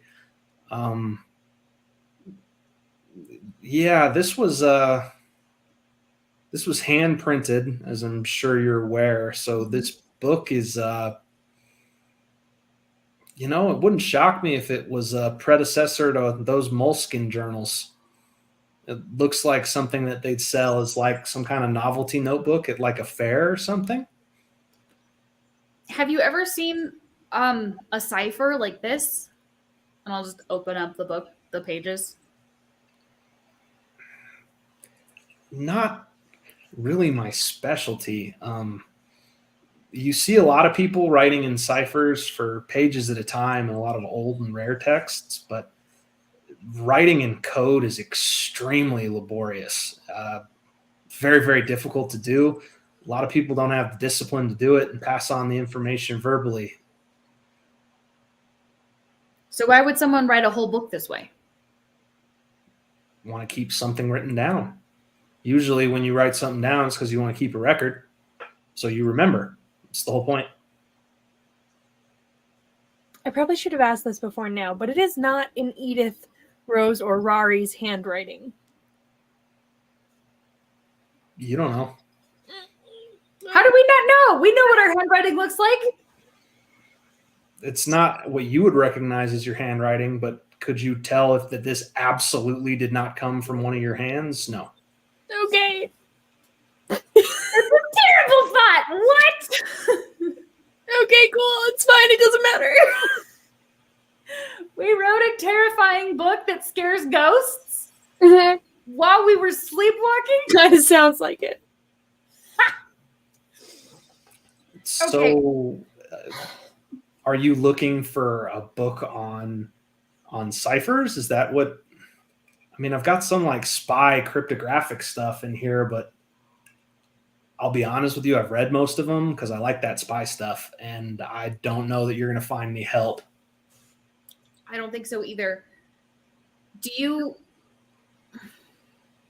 I have a weird one for you. Sure. Anything on something called the Hand of Fate? That's the that's that fairy tale, right? Yeah. I mean, I have a book of Celtic fairy tales. I got the fairy tale. That would be awesome. Yeah, no, sure. Yeah, I'll just come show you. Come follow me. And she'll And follow after. She leads you guys over to like a folklore section and leafs through and pulls out like a very thin, very ragged sort of paperback. It looks like it was printed in the 60s. It's got that sort of colorful, almost Roald Dahl like art style. Like, this is just basic fairy tales for kids, but there's the thief who stole the fairy's hand in here for sure. The fairy's hand. Mm-hmm. That's a really interesting concept, and she'll take it. And she's like, "How much for it?" Oh, that's you. At 50 cents would be fine. Just Okay. yeah. Thanks. I like gumballs. It's a Celtic fairy tale. Is this the only copy of the story you have, or do you have other retellings? I don't know that I have anything more detailed in stock. We don't actually get a lot of demand for like the more academic or original tellings of this folklore, but I do know that there's a pretty brutal version of every single story in that book. Those are sanitized. They're for kids. Yeah. And, it's great. It keeps people close to, sort of the lesser known parts of their history. And there are good parables in each of those, good lessons. Folklore is an exceptional way of educating kids in cultural tradition and in common sense. I love them. I just, the original version of that story is pretty wicked. Fairy tales are my favorite, but I know how dark they can be. Yeah. The Brothers Grimm didn't have anything on these guys, whoever they were. Imagine not. Well, thanks. I'll read this version, and then maybe I can see if I can dig up a copy that I'm looking for. Sounds good. She should be done by now. I'm gonna go make sure that she heard me. Okay. Okay. She leaves. And is not back immediately. Do you guys do anything? Edith will peer. Can we see through the door? Yeah. It's just a beaded curtain. You don't see anything though. She must have turned a corner or something. I'm gonna go back there. Rose, watch the book. What? What is the necromancers or something? Oh, okay. Should I come with you? Actually, yeah, probably. Okay, and she'll just scoop both books up and follow after. You guys get through the beaded curtain to the back just as soon as Bethany Cooper, who you recognize from her social media, comes walking down some stairs to an upper level in the back. And she takes one look at you, frowns, and says, "Oh, you're back." What? And that's where we'll take our break. Oh, no! No! Well, Mike was on the way in. He was like, Edith is not doing anything helpful. We're going to stop this. All right, but we'll take our break here, and then we'll get back, and we'll figure out what's what. Cool. Well, we will start with Elle. If this is your first time here, we usually take 5 or 10 minutes in the middle to, and I'm sorry for the lag, guys. It's a whole new computer. I have to figure it out. What? You said it was a new computer. It's a new computer. I thought I had fixed it, and I don't know, my camera's hot. If anybody has any streaming tips that they want to throw my way, I will send you a coffee card or something. But yeah, so we take a break in the middle and we talk about the projects that we're working on the side. If you're watching us on Twitch, you can find these projects in our bios if you look down below. If you're not watching us on Twitch, come find us on Twitch and you can find it there. And we'll start with Miss Elle. What are you working on? Hello. Well, I'm gonna mix it up. So to start with, If you guys are new to the stream, which I think a lot of you are, we are a super cool company, and what we've done is we've made our own store. It's called uncannycreations.art. That's where you can get super cool mugs, t-shirts, hoodies, notebooks, all the coolest new things. We've got the wonderful benefit of Chloe and I doing it together. So it's all kinds of cool, unique art stuff in there. If you haven't before, go over there, check it out. I think it's just a really, really cool store, and we're working really hard to get new stuff in there every week. I'm super excited for the gremlin. That's where I'm like, oh my God, I can't wait to see the little boy because he just... I haven't stopped walking around my house talking like the gremlins. If you guys want to see the episode we're talking about, you're going to want to find the episode entitled The Date. It's adorable. And, gremlins can be terrifying, but there's only one in this particular instance. So, right. So he's kind of cute because he's just by himself. Other news, again, if you're new here, I run my own little shop called Fateful Designs. I sent a link of it in the chat, but if you can't find it, just go to the About Us section and click Fateful Designs. It's super cool. I run a little art shop and I make unique fun stickers, which I keep dropping all my stuff tonight. So that's all the weird noises you hear in the background. But I do cool holographic like tarot card stickers. I do quote stickers, and then all kinds of miscellaneous fun things for whenever we had like 5 minutes on the stream and somebody was like, that should be a sticker. So if you feel so inclined, check it out. I'm really excited because I just amped up a whole bunch of new sticker lines and stuff's coming out. So if you haven't yet, go check it out. And then my last bit of news, which is kind of like a transition news, is Will and I are working on a super cool project. Bill and I, Mike and I, depending on what you call him. We've been working on some really fun art stuff, and I'm really excited because I think soon we're going to start showing stuff off. So I'm sure he'll talk more about it, but he's got this super cool company called OTP Games. If you want to check it out, you can go to our About section, click his face, it'll lead you there. But it's a really cool, unique project that I'll let him tell more about because it's all his thing. Speaking of, we'll just pop him on there. Hello. It's not really all my thing because so if you're play D&D, you're familiar with the deck of many things, and I have a supplement to that deck, and I've come up with all the effects and described the image of what's on each card. And Elle has been working and like coming up with ideas. Like she knows what the effect's supposed to be, and she knows what the image is, and comes up with her own interpretation. It's been really cool so far. It's taken some time because there's 20 cards. Yeah, and in addition to the regular deck of many things. So we're doing all these, and she's coming up with these great ideas. I don't want to give away anything because it's really cool, but hoping to have that done here before too long. And our first book we're publishing, I hope, end of the month, next month. Waiting on one piece of artwork and finishing the editing. It's coming along. We're real close. I can taste it. So, and then we're gonna put out her deck too. Our deck is with her artwork, and you'll be able to buy the actual physical deck, so you can have, it's, if you've ever played and you find a deck of many things, like I still can't believe when we hit that one shot, you guys didn't draw from the deck of many things. It was a one shot.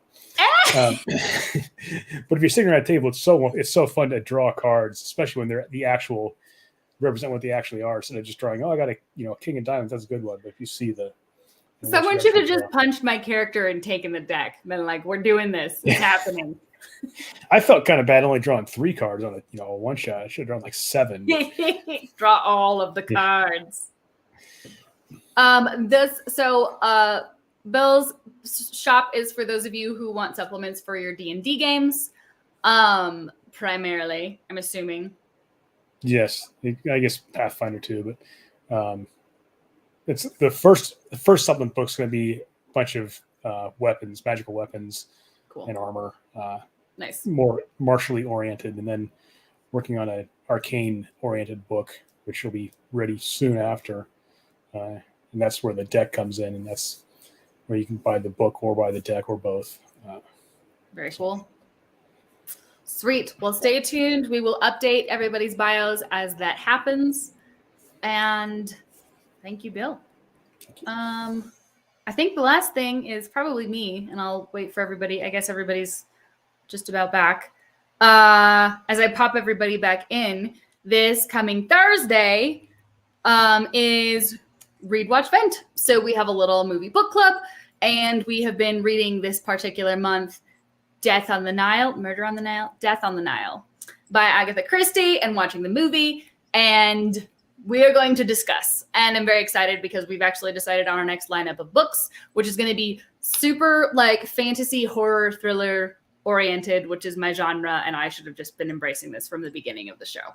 But that should be fun through the rest of the summer. So join us Thursday night if you feel like it, or just watch the recap if you don't feel like it.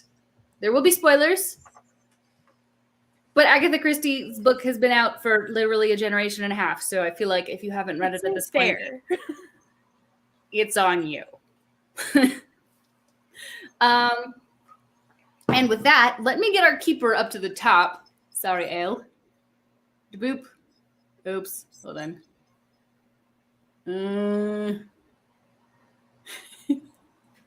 There we go. All right. And we are all back to our adventure. Welcome back. I hope that was a long enough break for everybody. If this is your first time with us, we usually play for about 3 hours, so you got another hour with us. Yeah, just about. Oh yeah, so we went back to the back of the shop. Mm-hmm. Hi. Mike is trucking it over. He'd get there fairly quickly, like 5 or 10 seconds after you run into to Bethany Cooper, who is looking at you with just disgust. Okay, that look is entirely fair. Hi. What exactly did we do? Because we would like to make amends. You think this is funny? No, actually, I don't. But we need your help. I swear whatever we did, we're sorry for. Oh, and he's here, so it's a complete set. No, please just give us like 5 minutes of your time and we would love to know what we did wrong. We'd like to know what we did wrong so that we can undo it, because we weren't actually in control of our own minds and bodies when we did it. So if you tell us what we did, we can piece together the pieces that we are missing and maybe understand what to do with this book, and also potentially find the person who did this to us to stop them from doing it to other people. So you're completely crazy. Well, I can't call the cops on crazy people. God. We're not, though.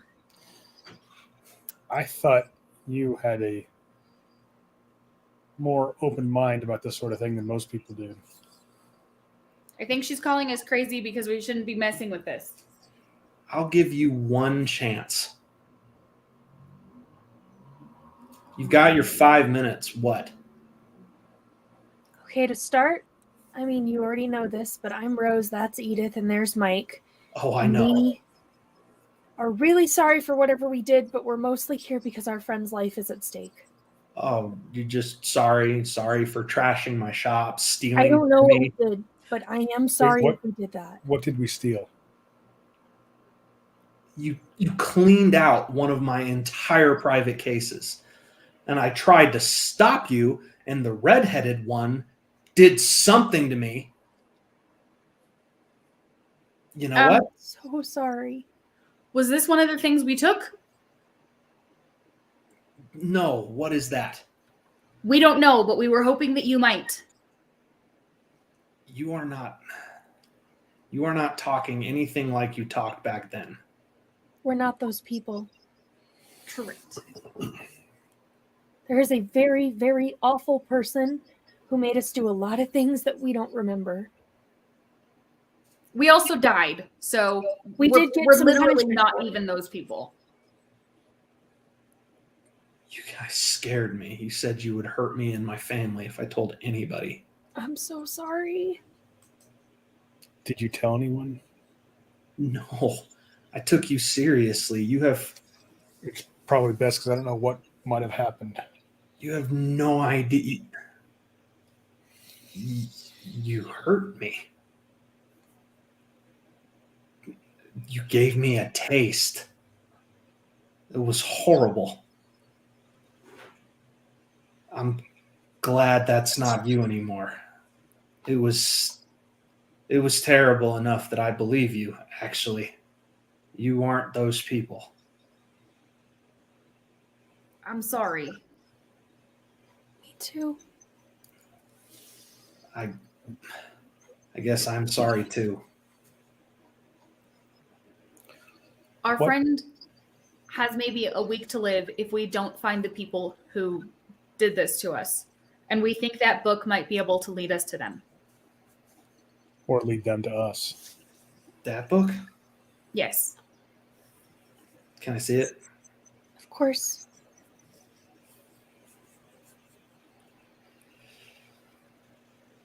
Well, I got good news, I guess, and bad news. Bad news first.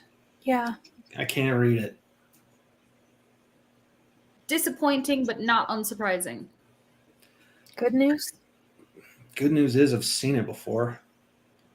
When you guys first came in, you had a list with you. You were reading off of it. You gave it to me to hold while you trashed my shop. This was the code that was on it. Do you still have that list? Yeah, you didn't take it with you. I kept it just in case I ever came to my senses and went to the cops. Come here. She takes you over by the register, goes into a drawer, and gives like a grimy piece of notebook paper with a whole bunch of lines filled in the same sort of code with a bunch of check marks by them. Okay. Did we come here for anything on this list? No, you came here to make sure that I wasn't holding out on you. Did we say the names of any books that were on this list? I would think there would be one. There was some old tome to summon something that you wanted me to find for you way back when. I said I would. I promised I would. I took money up front, and then I couldn't find it, and you reacted to that news violently. You couldn't find the book, or you couldn't find the thing? Couldn't we were find the wanting- book. What was the book called? The only copy that I could turn up belonged to the university, and they don't sell out of their collection. What was That's the why book you- called? Jason. It really had no title. It was just some account from some witch from way back in the day. Sounds like something that I would love to have read if I could have ever gotten a hold of it. Something about calling things. A manual for calling, a guide to calling, something like that. I don't know. It wasn't hard to find. I just couldn't get it for you. I'm sorry. Looking at the list, do those letters with those words line up with any of the things that are on our list? Roll for sharp. I should be able to tell a simple language cipher. Oh. 7. 8. Rose, go for it. Okay. I was like, I don't know that I got to do that. Sharp? Uh-huh. Okay. It's a 9. Yeah. Rose, you figure it out. You figure out that you can find some of the letters. And what is very interesting and clever about this code is it's both horizontal and vertical rearrangement. One thing, 2 lines. Ew. Well, And you've got a decent chunk of it in terms of letters, but not enough to like decipher the code. right. Cool. So you gonna buy something or what? I did, but I will buy more. How much damage did we do when we were here? That would be a great number to start with. Quite a bit. You knocked over bookshelves, you smashed cases, and you stole a whole bunch of really rare, really random shit. Would a check for $10,000 help?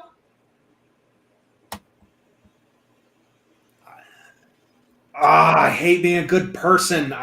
Insurance covered it. I'm not going to take your money. I don't need to get paid twice. I just said it was Don't give me that look, Rose. We have money, I think.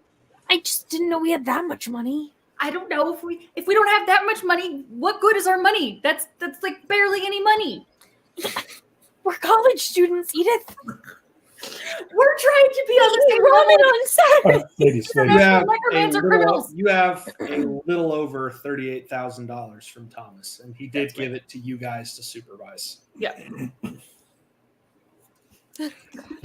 Third of our money, just poof. Sorry. No, she didn't take it. I know. Yeah, she doesn't want to get paid twice. She seems very principled and miffed, but Bethany, better we than wanna being make it terrified right. and angry.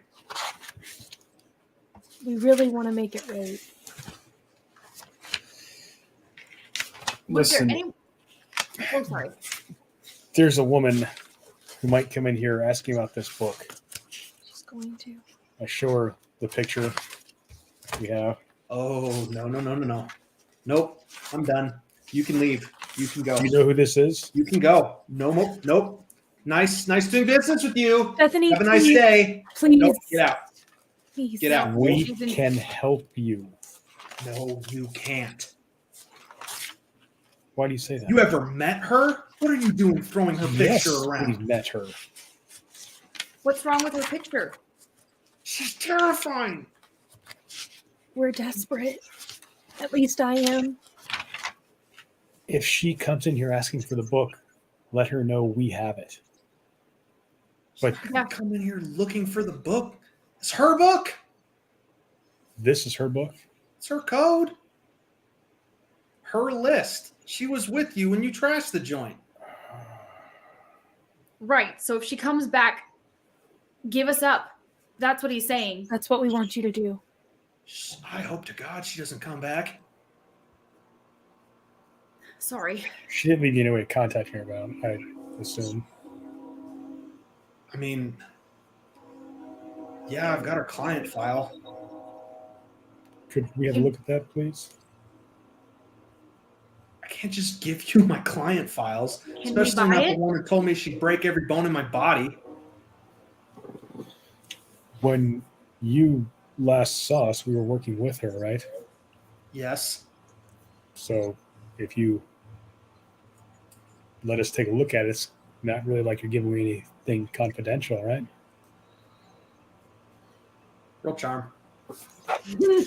Can I roll? He has an ability we can use tough instead of charm for Go trying for to it. mix them up. Yeah, go for it. You can use a move. Yeesh. 7.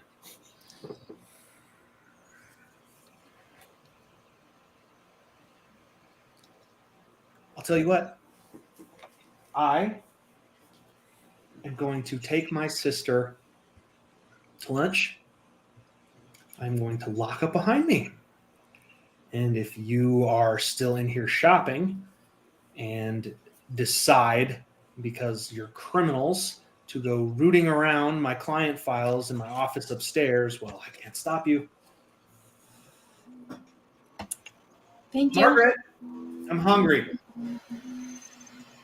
And Margaret comes out and she kind of just ushers her out the door. Margaret's very confused, but you get the sense that Bethany's sort of the boss.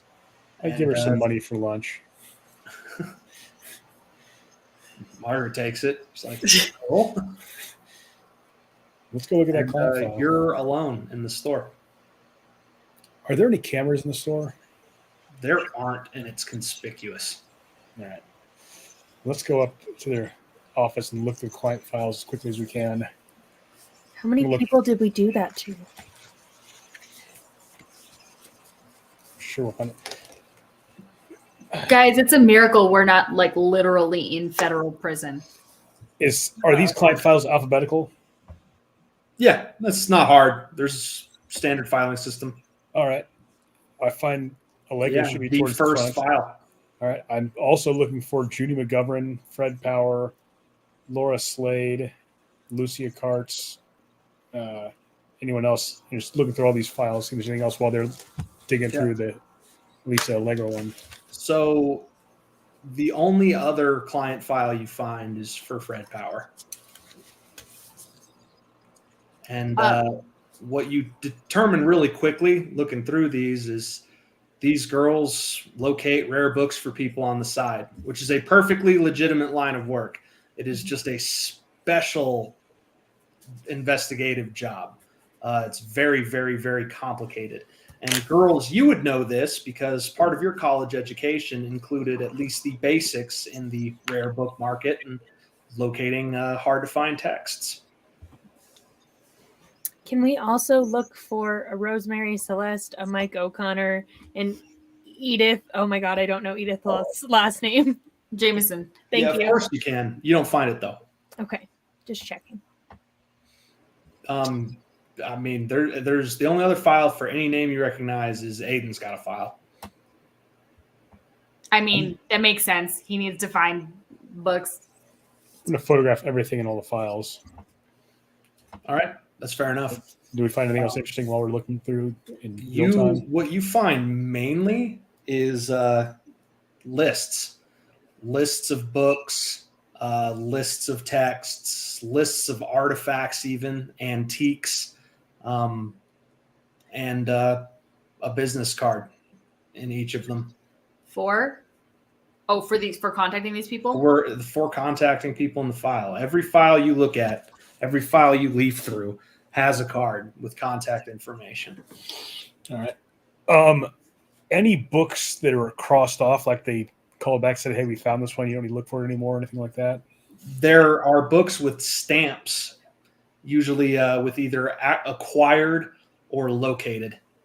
No checks, but some titles are stamped. If we take that, maybe we can compare it to the list we have. Or just take a picture of it. Yeah, sorry. I thought Mike already did that. Yep. One thing that's notable, the list is pretty long. It's like 2 pages. There are only like 3 or 4 things checked off. Okay. Is there anything else interesting? Sorry, go ahead. Anything else interesting or of note in the office? It's just an office. You have to tell me what you want to look at or look through. I feel bad for what we did to this woman. I'm not going to rifle through her office anymore. Any like new arrivals we can tell, new books or anything? Do you want to like look for like manifests? Ledgers? Is that what you're saying? Yeah, or just like a boxes that have been unpacked. You have new, Oh, there's both. There's ledgers for inventory. There are boxes of inventory, boxes of product. Some are labeled boxes with a really nice quality of cardboard that you can tell come from like publishers. There are a whole mess load of like Amazon boxes and boxes from other smaller sellers. And there's like post office envelopes and UPS shipping envelopes, and they have like a stack to the ceiling in the corner of this office of unopened product. We didn't have time for all that. Let's just look through the ledger real quick, see if there's anything that catches our eye in the ledger. So the ledger that's out that you can see is for used book transactions. Pretty notable that she doesn't do that digitally, that they do that in writing. And yeah, that's what it is. It's used book sales that the store purchases. As far as you can tell, there's nothing in here about what they sell. And Rose, that would make sense because you were sold a used book pretty informally not a long time ago. Yeah. So there was a business card to contact her. There is In a that business folder? card in her file if you want to take a look at it. Rose is just going to snap a picture of that information. Yeah, it's not her business card.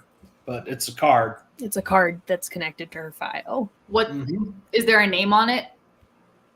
There's not a name of a person. There's a name of a place, it would appear. Which And it is?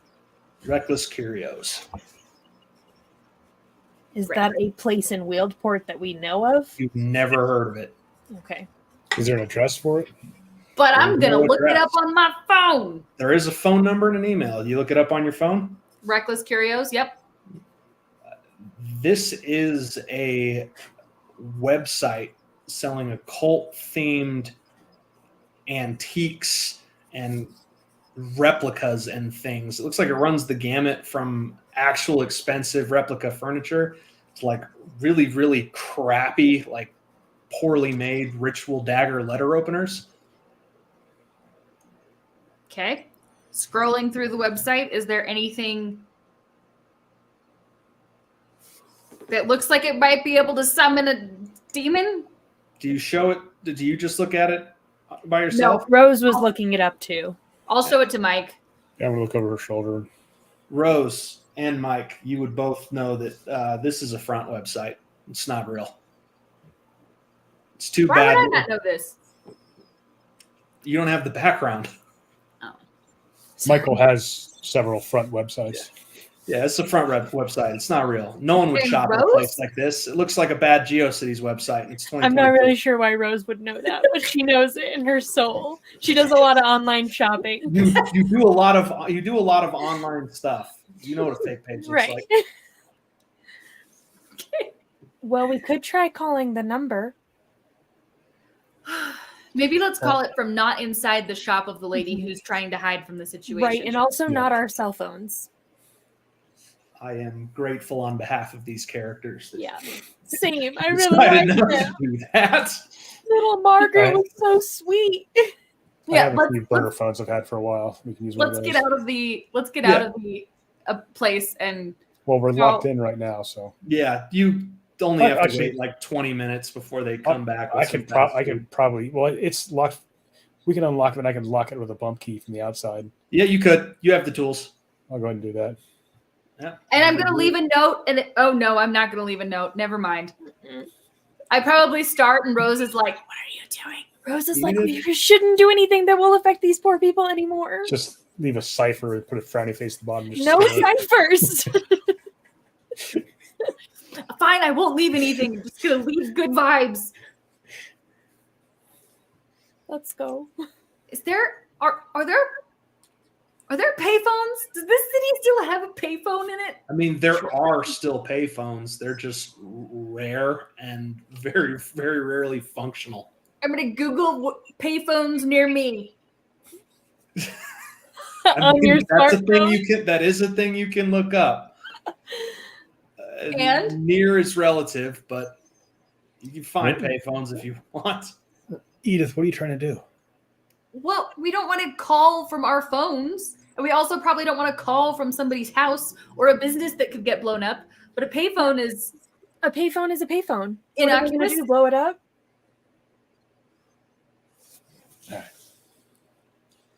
I I have liked your plan. some burner phones. He does. He has quite a few. They're in his kit. I'm a Fine. private investigator. I Yeah. do this kind of This stuff. dude's got like 10 burner I liked phones your on plan, at any given Edith. time. I wanted my noir moment, but that's fine. We'll just go with the burner phone. Edith, you and I can go get smoothies later, and we'll call from a payphone. No, I don't. We don't need a payphone anymore. It's not necessary. It's not important. Okay. Who calls? What are you planning on? Let's rehearse this before you call her. Oh, I'm not calling her yet. I'm not that brave because I don't have anything to threaten her with. We're not trying to threaten her. We're trying to draw her in. Well, I could invite her to a meeting. I also feel like threatening her would absolutely draw her in. She 100% has that kind of weird ego. Couldn't we start not threatening? We also don't want her to be on guard. We want to take her unaware. How? We're literally her like meat puppets. How are we gonna call her and be like, "Hey, super chill. You want to come over for finger sandwiches later?" We don't tell We her have who we something are. she wants. we'll meet her at X. Play the part of a dumb college student. Hey, I found this in the dorms or in the we library. Found her book in our house. I was at a party. Dorms. Found this weird book. Or my roommate came home from a party with this book. Somebody told me you might be interested in buying it. I can do all this. I got it. You could even say that. Unless Mike wants to. He could call. Mike's not going to pass for a college student. On the phone? Sorry, Mike. I got it. I can do that. Talking is my specialty.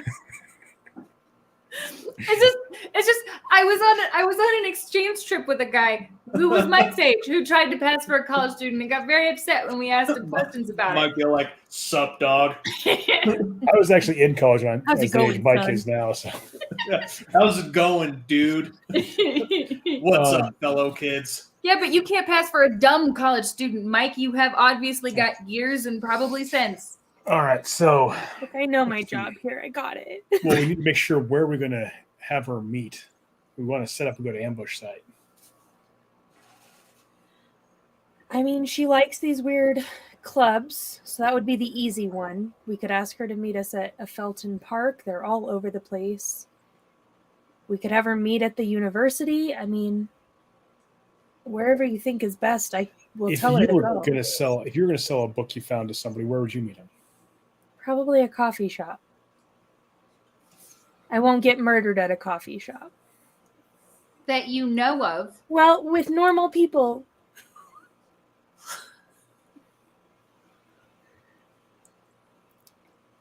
She also knows all of us, so we need to have somebody she doesn't know to meet her. Well, if Rory was here, he could be somebody else. We could ask our neighbor. Do we want to bring her into this? Or Aiden. Or what was that? If the person she meets is the spitting image of her boss, she might get a little suspicious too. But okay, I mean, this is an ambush. So do we actually need someone to meet her? Versus just we tell her a time and a place, and when she shows up, we do the thing? A dead drop. We could just do a dead drop. It's hard to do an exchange that way. If we don't want her to think that we're suspicious of her, we want her to come in relaxed because she thinks we don't suspect anything on. Right, but we don't actually know her, right? I mean, we could just pretend we didn't know the book was hers. Right, we're selling her a book that we found. Right. Our roommate came home from a party with this book, and you're selling it. So we don't even have to get a fake person, because if I, Rose, was in that situation and I didn't know it was her, would it be a big deal? I mean, she would still show up just the same. I guess as long as we jump her as soon as she shows up. Right. Can I just be very ready to do Can it. I just point out something? Sure. We've literally never won a fight without Rory or Thomas. I have. Oh, really? Yes, he has. Very few.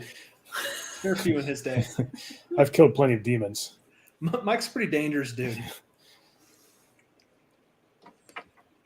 I'm just saying, we had yet to actually vanquish anything, including the people who did this to us. If she's by herself and we get the jump on her, we can take her down pretty easy. The hard part's going to be not creating a scene when I tase and then beat the living hell out of and break the elbows of this tiny little woman. I don't want her casting spells. I'm going to cripple her before we take her out of there. Fair. I'm going to cuff her and throw her in the back of the van and get out of there. Rose, we're going to let him do his thing. Okay. Mike's got good ideas. He's thinking in the right direction. So and if you get squeamish about it, I will just direct you to remember regular Thomas and not regular Thomas in the jar. So we just set up a meeting with her. We have a book. Where do you want to meet? I'm going to be dressed up as a homeless bum outside the coffee shop. And as soon as I see her, I hope before she gets to the coffee shop, try to jump her. And then It might be better to meet her on the university, like at the park. If we do it at the coffee shop and you intend to break a woman's arms, there are going to be bystanders who are going to try to stop that from happening. Especially if you're dressed as a homeless man attacking a woman. If I'm a crazy homeless dude screaming and yelling. Also, keep in mind, Mike's like 6'4", 250.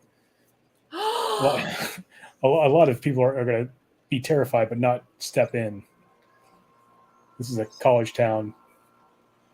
Guys, Rose would like to believe people would step in. What?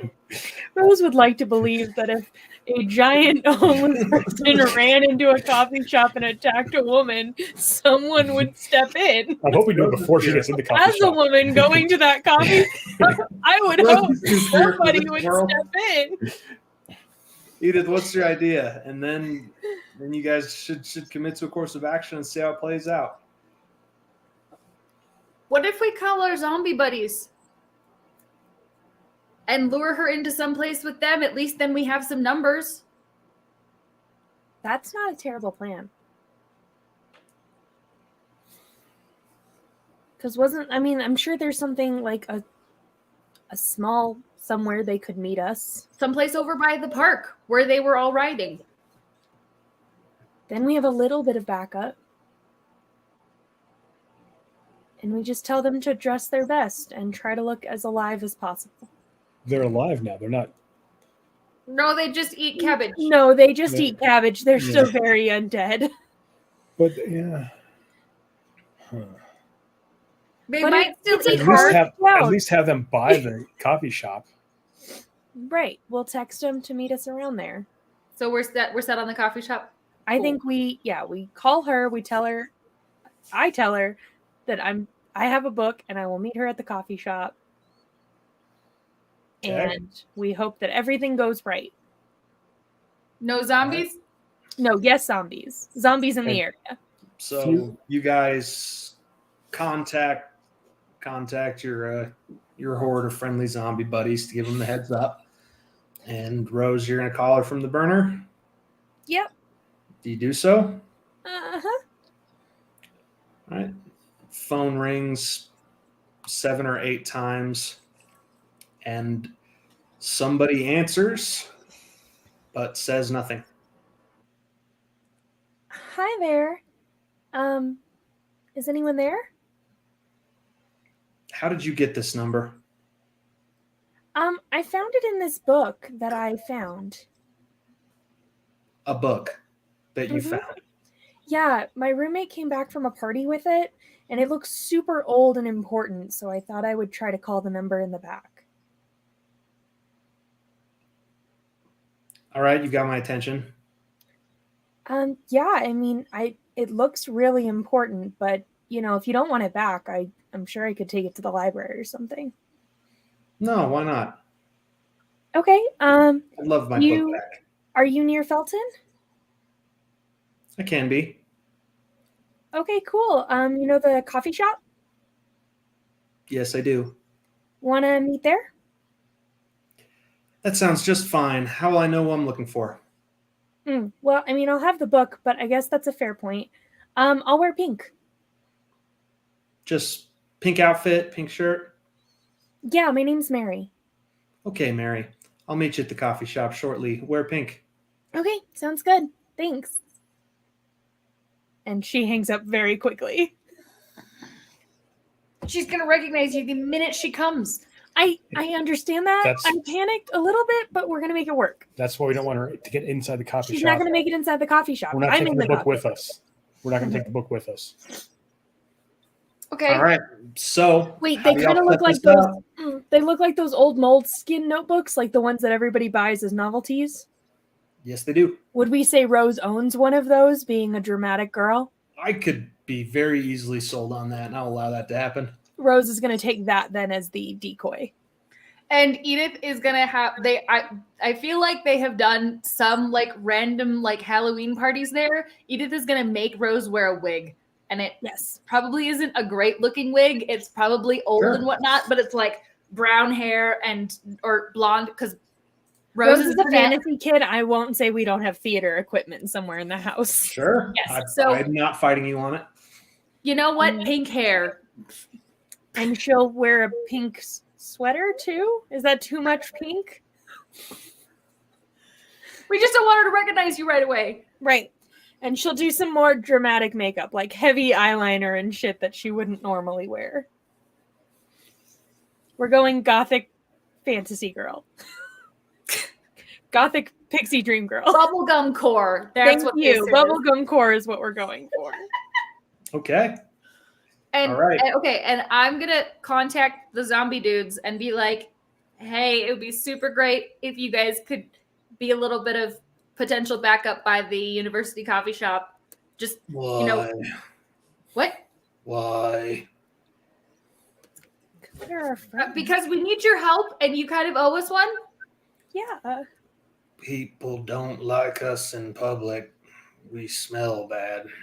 Well, but you don't have to come inside. You guys can just you can ride up and down the street and hopefully you don't even have to do anything. But there is a very dangerous woman coming to meet Rose. And we may need just a little bit of help so that she doesn't hurt anybody else. Okay. Thank you. If we need help, we'll flag you guys down. We owe you one. We'll help out. Thank you. I really like Garfield. He does owe you one. He's a nice guy. He definitely feels obligated. Y'all liberated him. And didn't kill him. We couldn't go to kill him. Mm-hmm. He knows he's a fair dude. Mike, what do you do? I'm getting there like at least an hour early in hobo attire. Van's parked as close as I can, reasonably well. Have a taser and cuffs ready. And just hang out, see how much money I can get off, begging. From all the poor college students that have tons of money. All right, so you guys have your plan in place.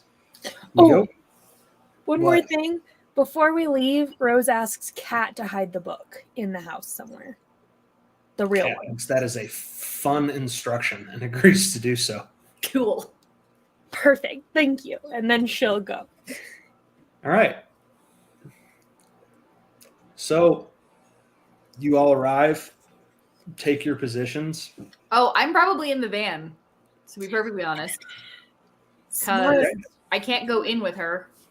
You in the back of the van, front?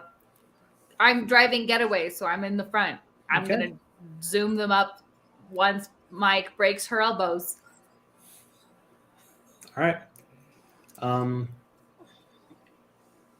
So She does not show on time. And she doesn't show at all.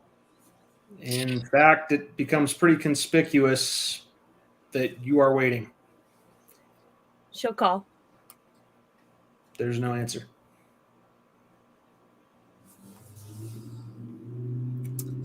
She'll send a text to the number. What?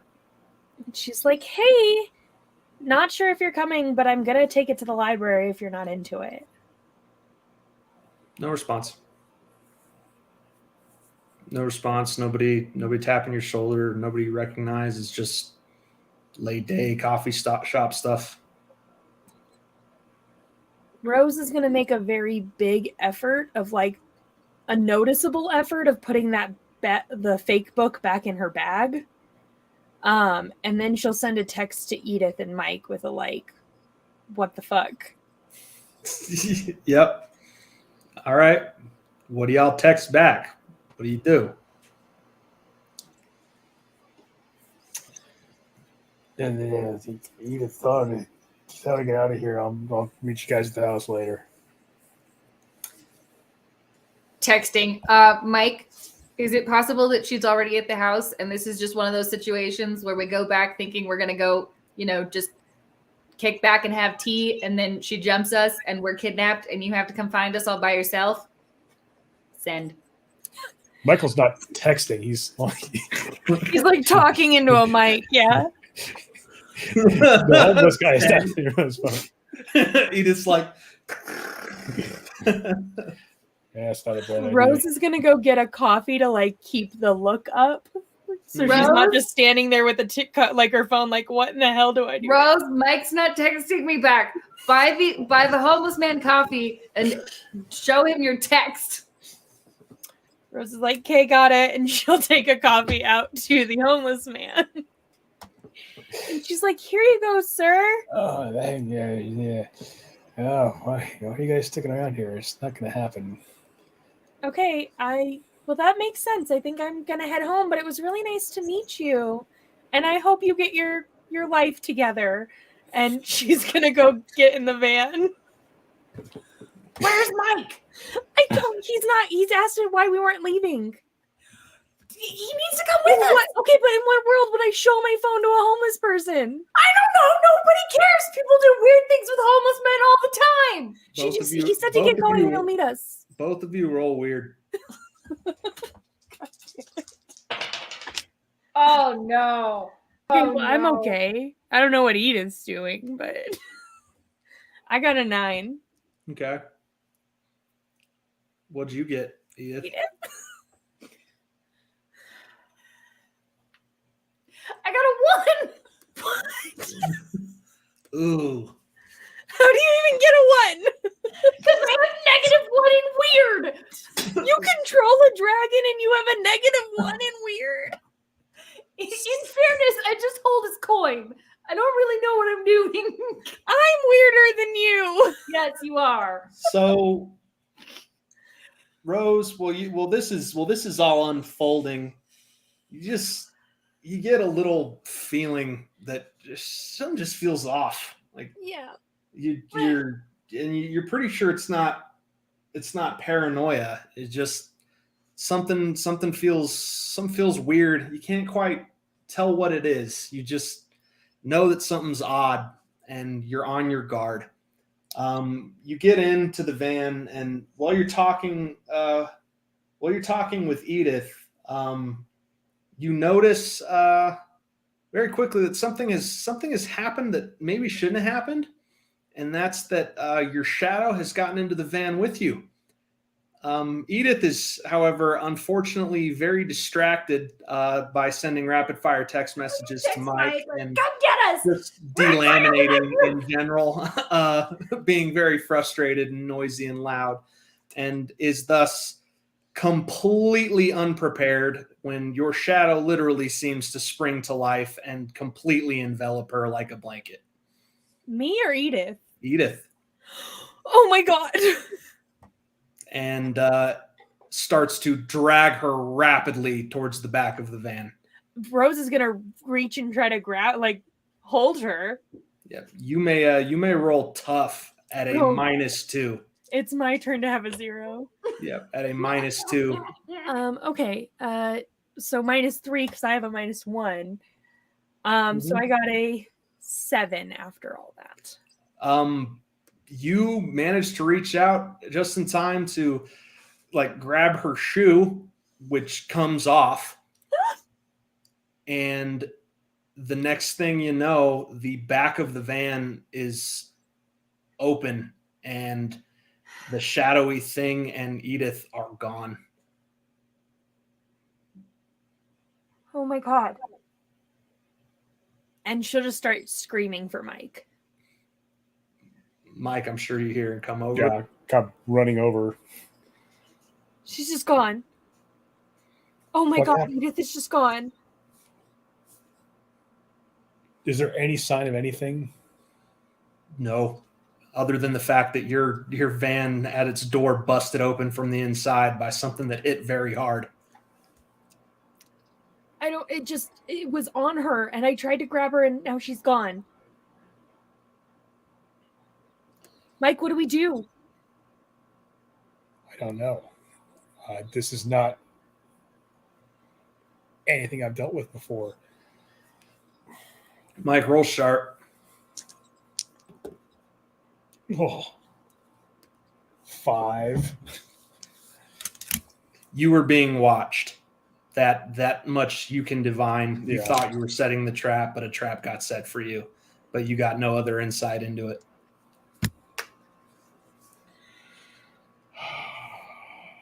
We have to find her. We have to call Rari or Aiden. We have to do something. I plug in her phone on the mic. You know, I have to track. I can track her phone on my phone. Smart. See if Smart. track her using modern Smart. technology. Good call. Yeah.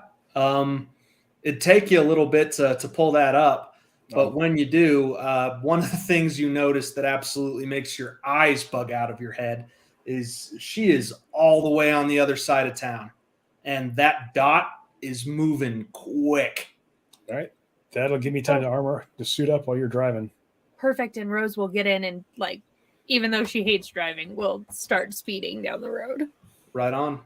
And now we go to Edith, who is surrounded by this thick, inky, musky darkness, and you feel motion almost as if you're stuck like in a roller coaster cart before all of a sudden the cold is gone and you land bodily on a hardwood floor.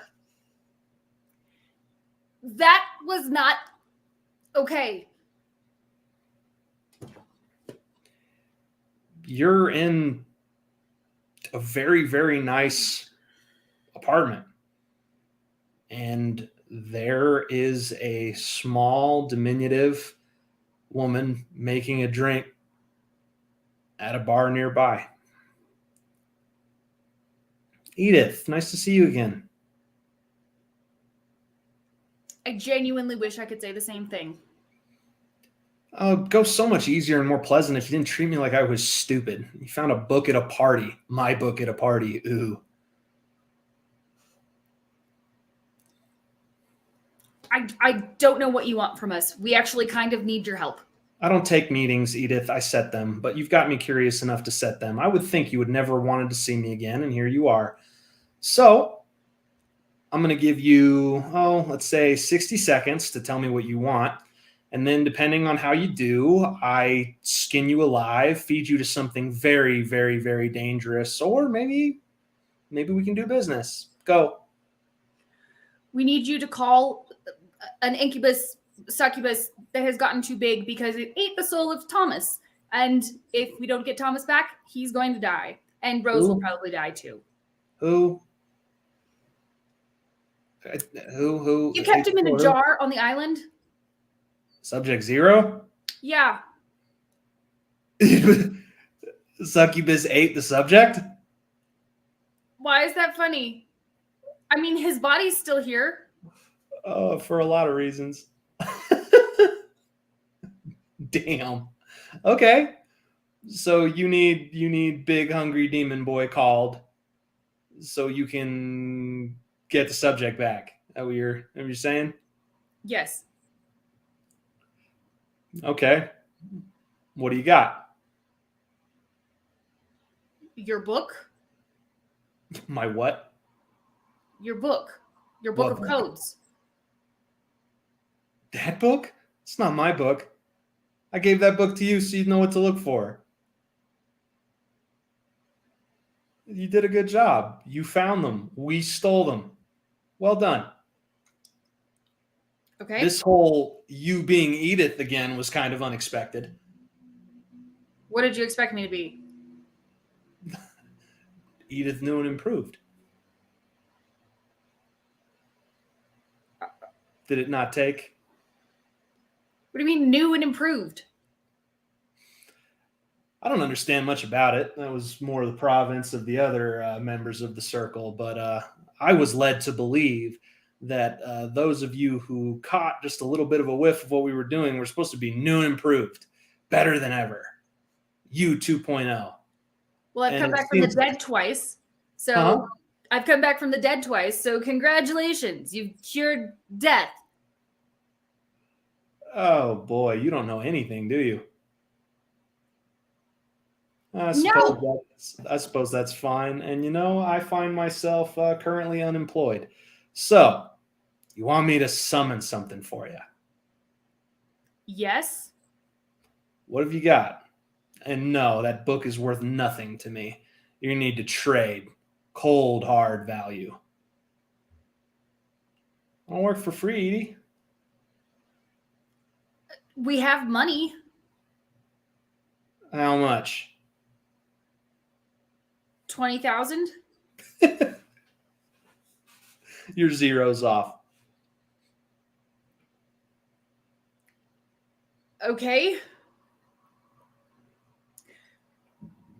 Honestly, I don't actually feel like giving you anything. The only reason we're doing this is because Rose is in love with Thomas. And I don't know what she'll do if he goes. But you're evil. You're actual evil. And you don't care. None of that's my problem. None of that's my problem. If you want me to do a job, you have to pay me to do the job. Do you understand? What do you want?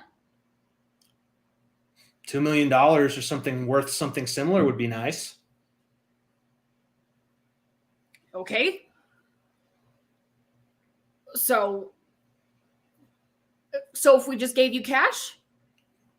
You don't have it. We both know it. I could find it. You're a smart girl. You know what I want. Oh, honey, you only have one coin worth that much money. I think the coin is broken. I'll fix it. I'm a summoner.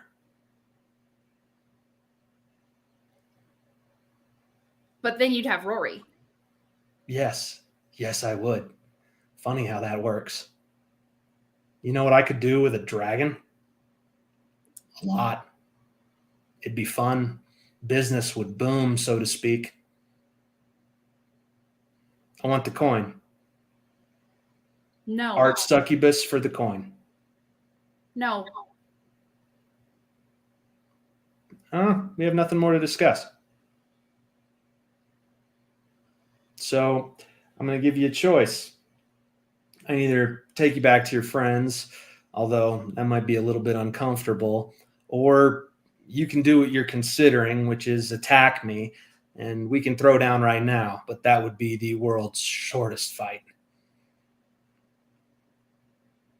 You would just take me back to them?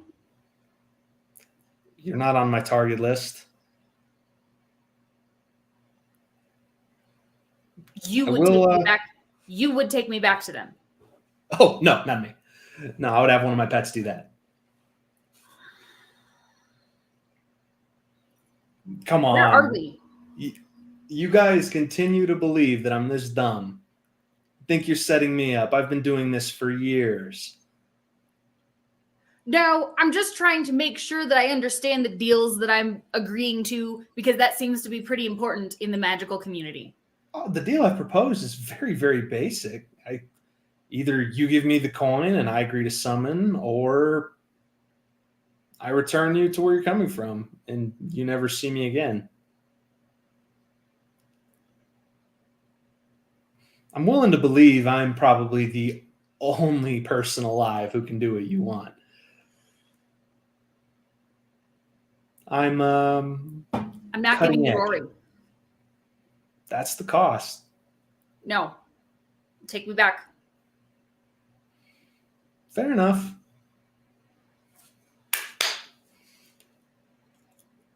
You've noticed that this is a very eclectically decorated place. And one of the statues in the corner that you thought was just decorative art, kind of a gargoyle-ish type figure, starts to move and shake and unfold and come to life. And before you know it, it's alive, it's vital, it's potent, and it's got you, wrapped up in its claws. And Alicia goes over to her window, opens it, looks you over, and takes your coin from you. What? to her? You have no choice. How? Because it's on you, and she's got you. And he is not present to stop her. And she dangles it in front of your face. Wouldn't it have been nice to buy something with it? And then you're airborne. This thing takes flight, and you leave the building behind.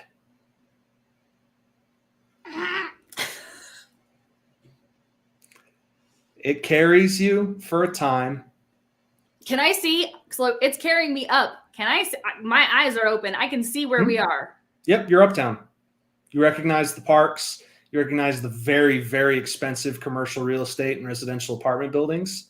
Okay. It carries you some distance, maybe 2 or 3 miles, until you recognize the outskirts of Ilex Park, where it just deposits you. And it's after dark, so it doesn't make a scene. And flies away. And like 5 or 10 minutes later, a familiar van comes rumbling up.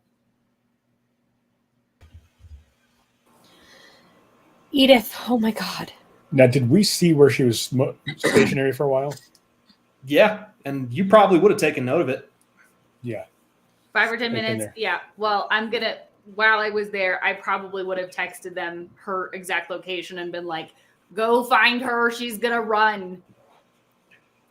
So if they came to get me first, that's great. You didn't have the time to send a text message. I don't know if you'd have tried, she'd have stopped you. I don't know if she will. She may.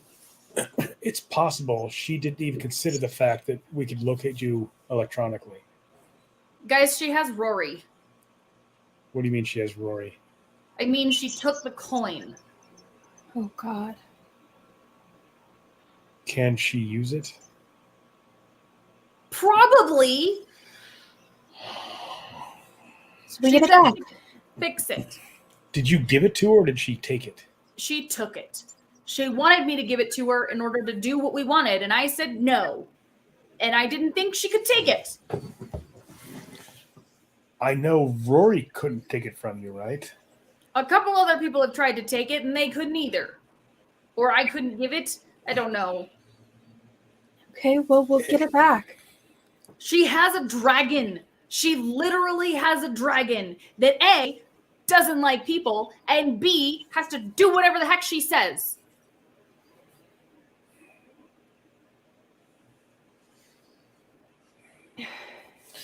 I'm going to get on the computer hug Edith and go to Google Maps and do a street view of the area around her apartment area. Super posh residential area. Some high-end luxury condos. Do they have balconies? Dang near all of them do, yeah. Or patios if they're ground floor. Do you know which floor you were on, Edith?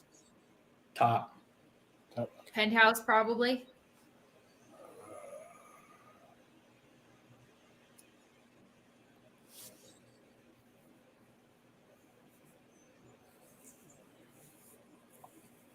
She's you bigger guys than have all of no us. trouble locating. You know exactly where she was. She's not hiding.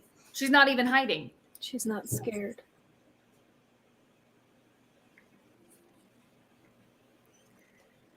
We had one thing she wanted.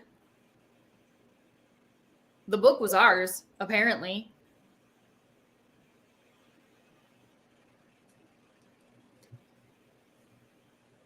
We gotta get Rory back. And then we gotta fix Thomas. So step 1 and step 2. We'll figure it out. Rose. If she is able to get Rory, we have to stop her. That is to be our priority. She can kill hundreds or thousands with Rory. I know. We get Rory back. Step 1. And I don't know how, but we'll figure it out. We always do. And as you wrap up that sentence, Rose, you hear a deafening thunder crack back in the city. And the hair on the back of your neck stands on end. And that's it for tonight. The worst. Great. Tune in next week, folks, for finding out what happens next. Just once, I want to leave on a happy note where we're all happy. Oh my god. No, that's not how this works. Anyway, if you are new here on the channel, we are so glad that you guys joined us. If you want to catch up on the whole adventure, find our YouTube page because every single episode is archived there. You can find episode 1 and watch forward. I know only certain episodes, like I think the last 3 months of episodes are kept here on Twitch, but our YouTube channel and our Facebook has all of them if you want to dive back. And yeah, we will see you guys next Tuesday for our regularly scheduled adventure, and I will see some of you on Thursday for Read Watch event where we are discussing our the Death on the Nile. So yeah, anybody else have anything to add? No, it was very nice to meet all you new people. Hope you had fun. All right, we'll see you guys later. Thanks so much for watching, and have a great night.